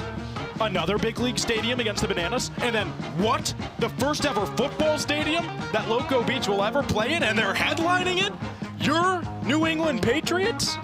Oh, come on. How lucky are we? The Coconuts' upcoming schedule could not be more exciting, and I genuinely could not feel any more gratitude and any more humbled that that is somehow where I will be going over the course of the next month. My goodness, the love that this team creates, the love that this organization exudes is infectious, baby. So for Cam Stewart, my new good friend who, unfortunately, you know, it feels like it's going to be way too long until I see him again. But I'll be listening and there with you in spirit. For Maddie Warren, who I get to be with very soon again. For Mohawk Mike, our producer, who has the spikiest hair on this side of Texas, the great state of Texas. And for Chris Haynes, pushing all the buttons back in the control room, I'm AJ Switek, getting a little bit goofy and telling you, man, are the vibes high on the shores of Loco Beach, baby. Oh my goodness, Mohawk Mike, you are the man. For those who don't know, I'm gonna let you in on a little secret. We can hear when the producer has a message for us, and I've got an extra special message, a very special suggestion from Mohawk Mike. Thank you. In the room to our left. Shout out to John Tompkins for making me this sick new jacket. Are you kidding me? It's supposed to be fans first, not broadcasters first. What a cool fan moment. I mean, I'm going to treasure this thing. So, John, thank you so very much. I really mean it from the bottom of my heart. Every time I'm given a gift from a fan, it's like, are you kidding me? What did I do to earn this? But this one specifically means the world to me. It's the only one out there. It's my jacket. It's got my name in it. People, gosh, I'm going to get emotional. I am so grateful for this opportunity. So grateful for all the times that we've had here in Banana Land. And how lucky are we that the season still got plenty of ways to go. The Coconuts are back within a half game of first place. Until next time, it's a 4-1 win at the beach. Spread love, spread joy, and go Loco, baby.